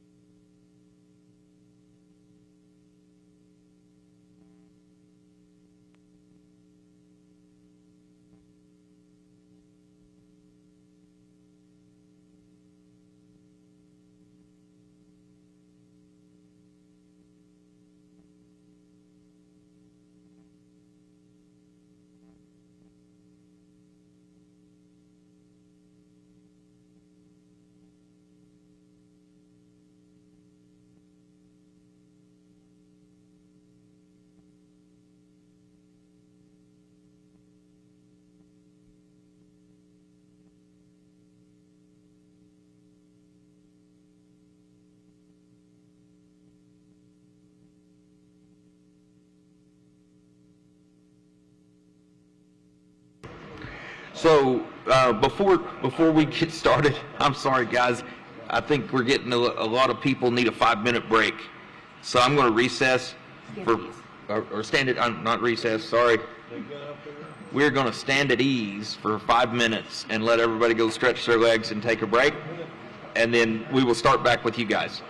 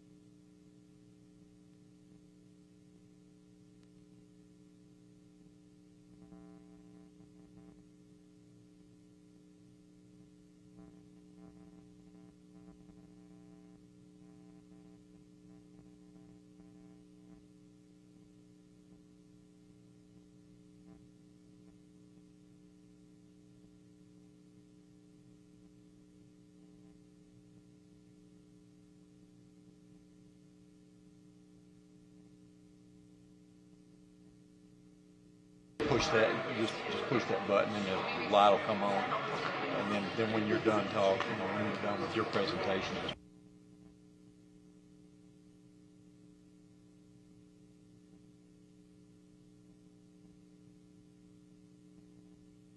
just push the button. Okay, just leave that one on.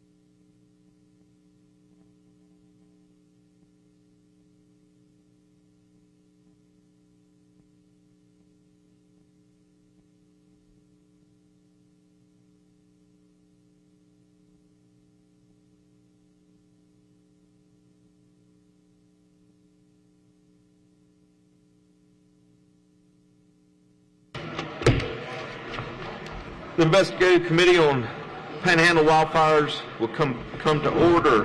I'm going to go ahead and read you in, all of you in, just like we did, and then we'll... Could I ask you something, Mr. Chairman? Please, go ahead, Mr. Hunter. Before you announce these witnesses, I notice it's 6 hours and 10 minutes since you and Chairman Burrows asked for a contract. This is a public hearing, and so I just want the time to know. I hope it's not that long a contract that it's taken them 6 hours and 10 minutes to copy. So just want the record to know I'm sure due diligence is being followed, but I'd sure hate not to have that contract, Chairman Burrows, by the time we end today. So just wanted to note that for the record.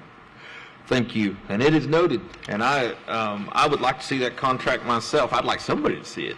So, and this would be a good place to start. So first of all, I show Scott Brewster, Canadian Volunteer Fire Department Fire Chief. Is that correct? Yes, sir. I have Philip Clark, Roberts County Volunteer Fire Department Chief. Yes, sir. Trent Price, Hoover Volunteer Fire Department, Gray County. Chief, yes, sir. Chief. Do I have your permission to put Chief on your affidavit?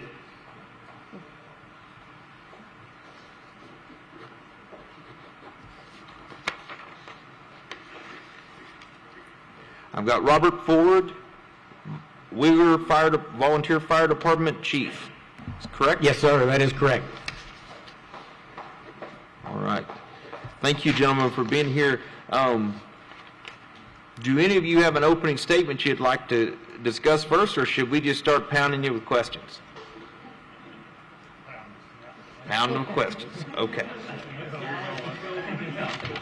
Members, who wants to start? Mr. Abraham. I'm always good for a good start. All right, Scott, let's just start out with, what could you use at the fire department? What are you not getting from the Texas Forest Service or the state of Texas that you could use to make your responses to these fires better? Currently, we're just trying to update trucks. You know, we got some 1969 model ex-military trucks, 79 models. The most current truck I have is a 900 series, about a 1985 model that we just got in service about 8-9 months ago. So, I mean, we're just looking at trying to update. We did fill out a grant. You know, I think we're about 12 months in that we've had that grant in. And, you know, as Billy had discussed earlier, we're part of that points program because we did receive one probably after the 06 fires. It was a 1-ton vehicle, and we since have moved it on to another department, donated it to another department. But, you know, currently we're kind of in decent shape, but we're looking to do some upgrading to the newer trucks, and tires is a big thing right now. You know, we do have the facility commission that every now and then they'll get some in, but it seems like by the time we find out, they get, you know, spoken for. So. And Canadians, or Hemphill County is one of the more wealthy. There's more money in Hemphill County than most of these counties around. Well, Canadian, like Roberts County, or Miami, we're the only municipality in the county, which some of these counties that surround us, there could be 6 municipalities. You know, we may have the same budget, but they have to spread it out 6 ways, where, like me in Roberts County, we're just the only entity there. And, you know, the funding may be the same, it's just not spread out like it is in other counties. So let's go back to the fire, or what did you walk away from this fire? What did you learn? What would you like to see done different? What did you learn from mistakes made? Or well, it seemed like, you know, communication is one thing. You know, even in our own county, the SO and EMS had moved on to digital radios. Well, we didn't really know that till right at the minute they did it. which we're still on. I guess it's maybe narrow band. I don't know what all the bands are and everything, but we still had good communications. We got a repeater tower, but once they moved on to digital, we cannot, all we hear is static on their side. But they can communicate with us. Philip, he's going through the same boat. If we to go to digital, we're going to have to purchase newer radios, which are roughly about $3,500 a piece. I'm roughly going to need about 8 or 9 radios to update my fire department. Philip, they're looking to update their whole county, so their bill for this is going to be way up there to get with the current standard of communications. And I think that was some of the problem with maybe some of the TIFMAS and things. They might have been on V-call, but they might have been on digital now, which we couldn't communicate with them just for that simple fact, if my understanding of everything is correct on how those radios work. And like I say, some of the things, that I noticed that, like even with Forest Service, we used to, like with you guys, like in 17, our relationship was better back then than it was this time, because y'all were actually working and communicating. I used y'all a lot, ever since the 06 fires, whether y'all took me up where I could go see everything, y'all dropping water. Of course, I'll call y'all the day before y'all going to be available. Right. Because, you know how it can get around here on a windy day, and I'll communicate with my county judge and commissioners. Y'all got your tankers ready, which I know they do, but it's just stepping out there and being prepared for the next day when things are going to happen. It just seems like, but it's like I say, there's been so much turnover in the Forestry Service, that we've lost some of those lines of communication on how we have worked together in the past, and with you guys and AirTac and their seats, we've worked together before, and it just seems like this time it's just, I don't know, it was just, I don't think people are there now that are not here now that we're back then, whenever we really did have a good working relationship. And we still do, it's just some things have gotten lost, I think. Yeah. With the turnover. So communicate, we keep coming back to the same scenario, communication. So Philip, what's it going to take Roberts County to get y'all digital? Just ballpark figure with 20 trucks, we're looking at right around $100,000 just for radios. How much? $100,000. $100,000 Yes. for radios. Just radios. Yes. Y'all in the same boat? We've actually updated, so Wheeler has went digital. So, What did it cost you? $100,000? oh, probably not quite that. We probably spent 40 of that, and we got some dollars. We actually got some help with funding those radios, so we have upgraded. So can you not talk to these guys now? I still can. We're still trying to work some kinks out. I've been going through Hawkins, and so my radios are supposed to be backward compatible, where I can still talk to the analog. And so we've managed to make through all of that. Of course, these big incidents, you just never have enough radios, because trying to monitor V21 or V25, I had different task force on different channels trying to monitor. So I carry multiple portables. So you're trying not to miss some of the SOS calls or some of the other communication. But communication is huge in these large-scale incidents. What about you, Trent? I'm going to hit on it real quick, guys. We had a Mayday call in the Grapevine fire where we had 4 firemen that went down. 2 trucks, not my department. There was probably 20 of us close by, but due to radio communications being a problem, it was a good 10 minutes into Mayday before I ever heard it. Pretty darn scary. And You know, communications, it doesn't matter, guys. We can have the best of the best trucks. We can have the best of the best training. But if we can't communicate,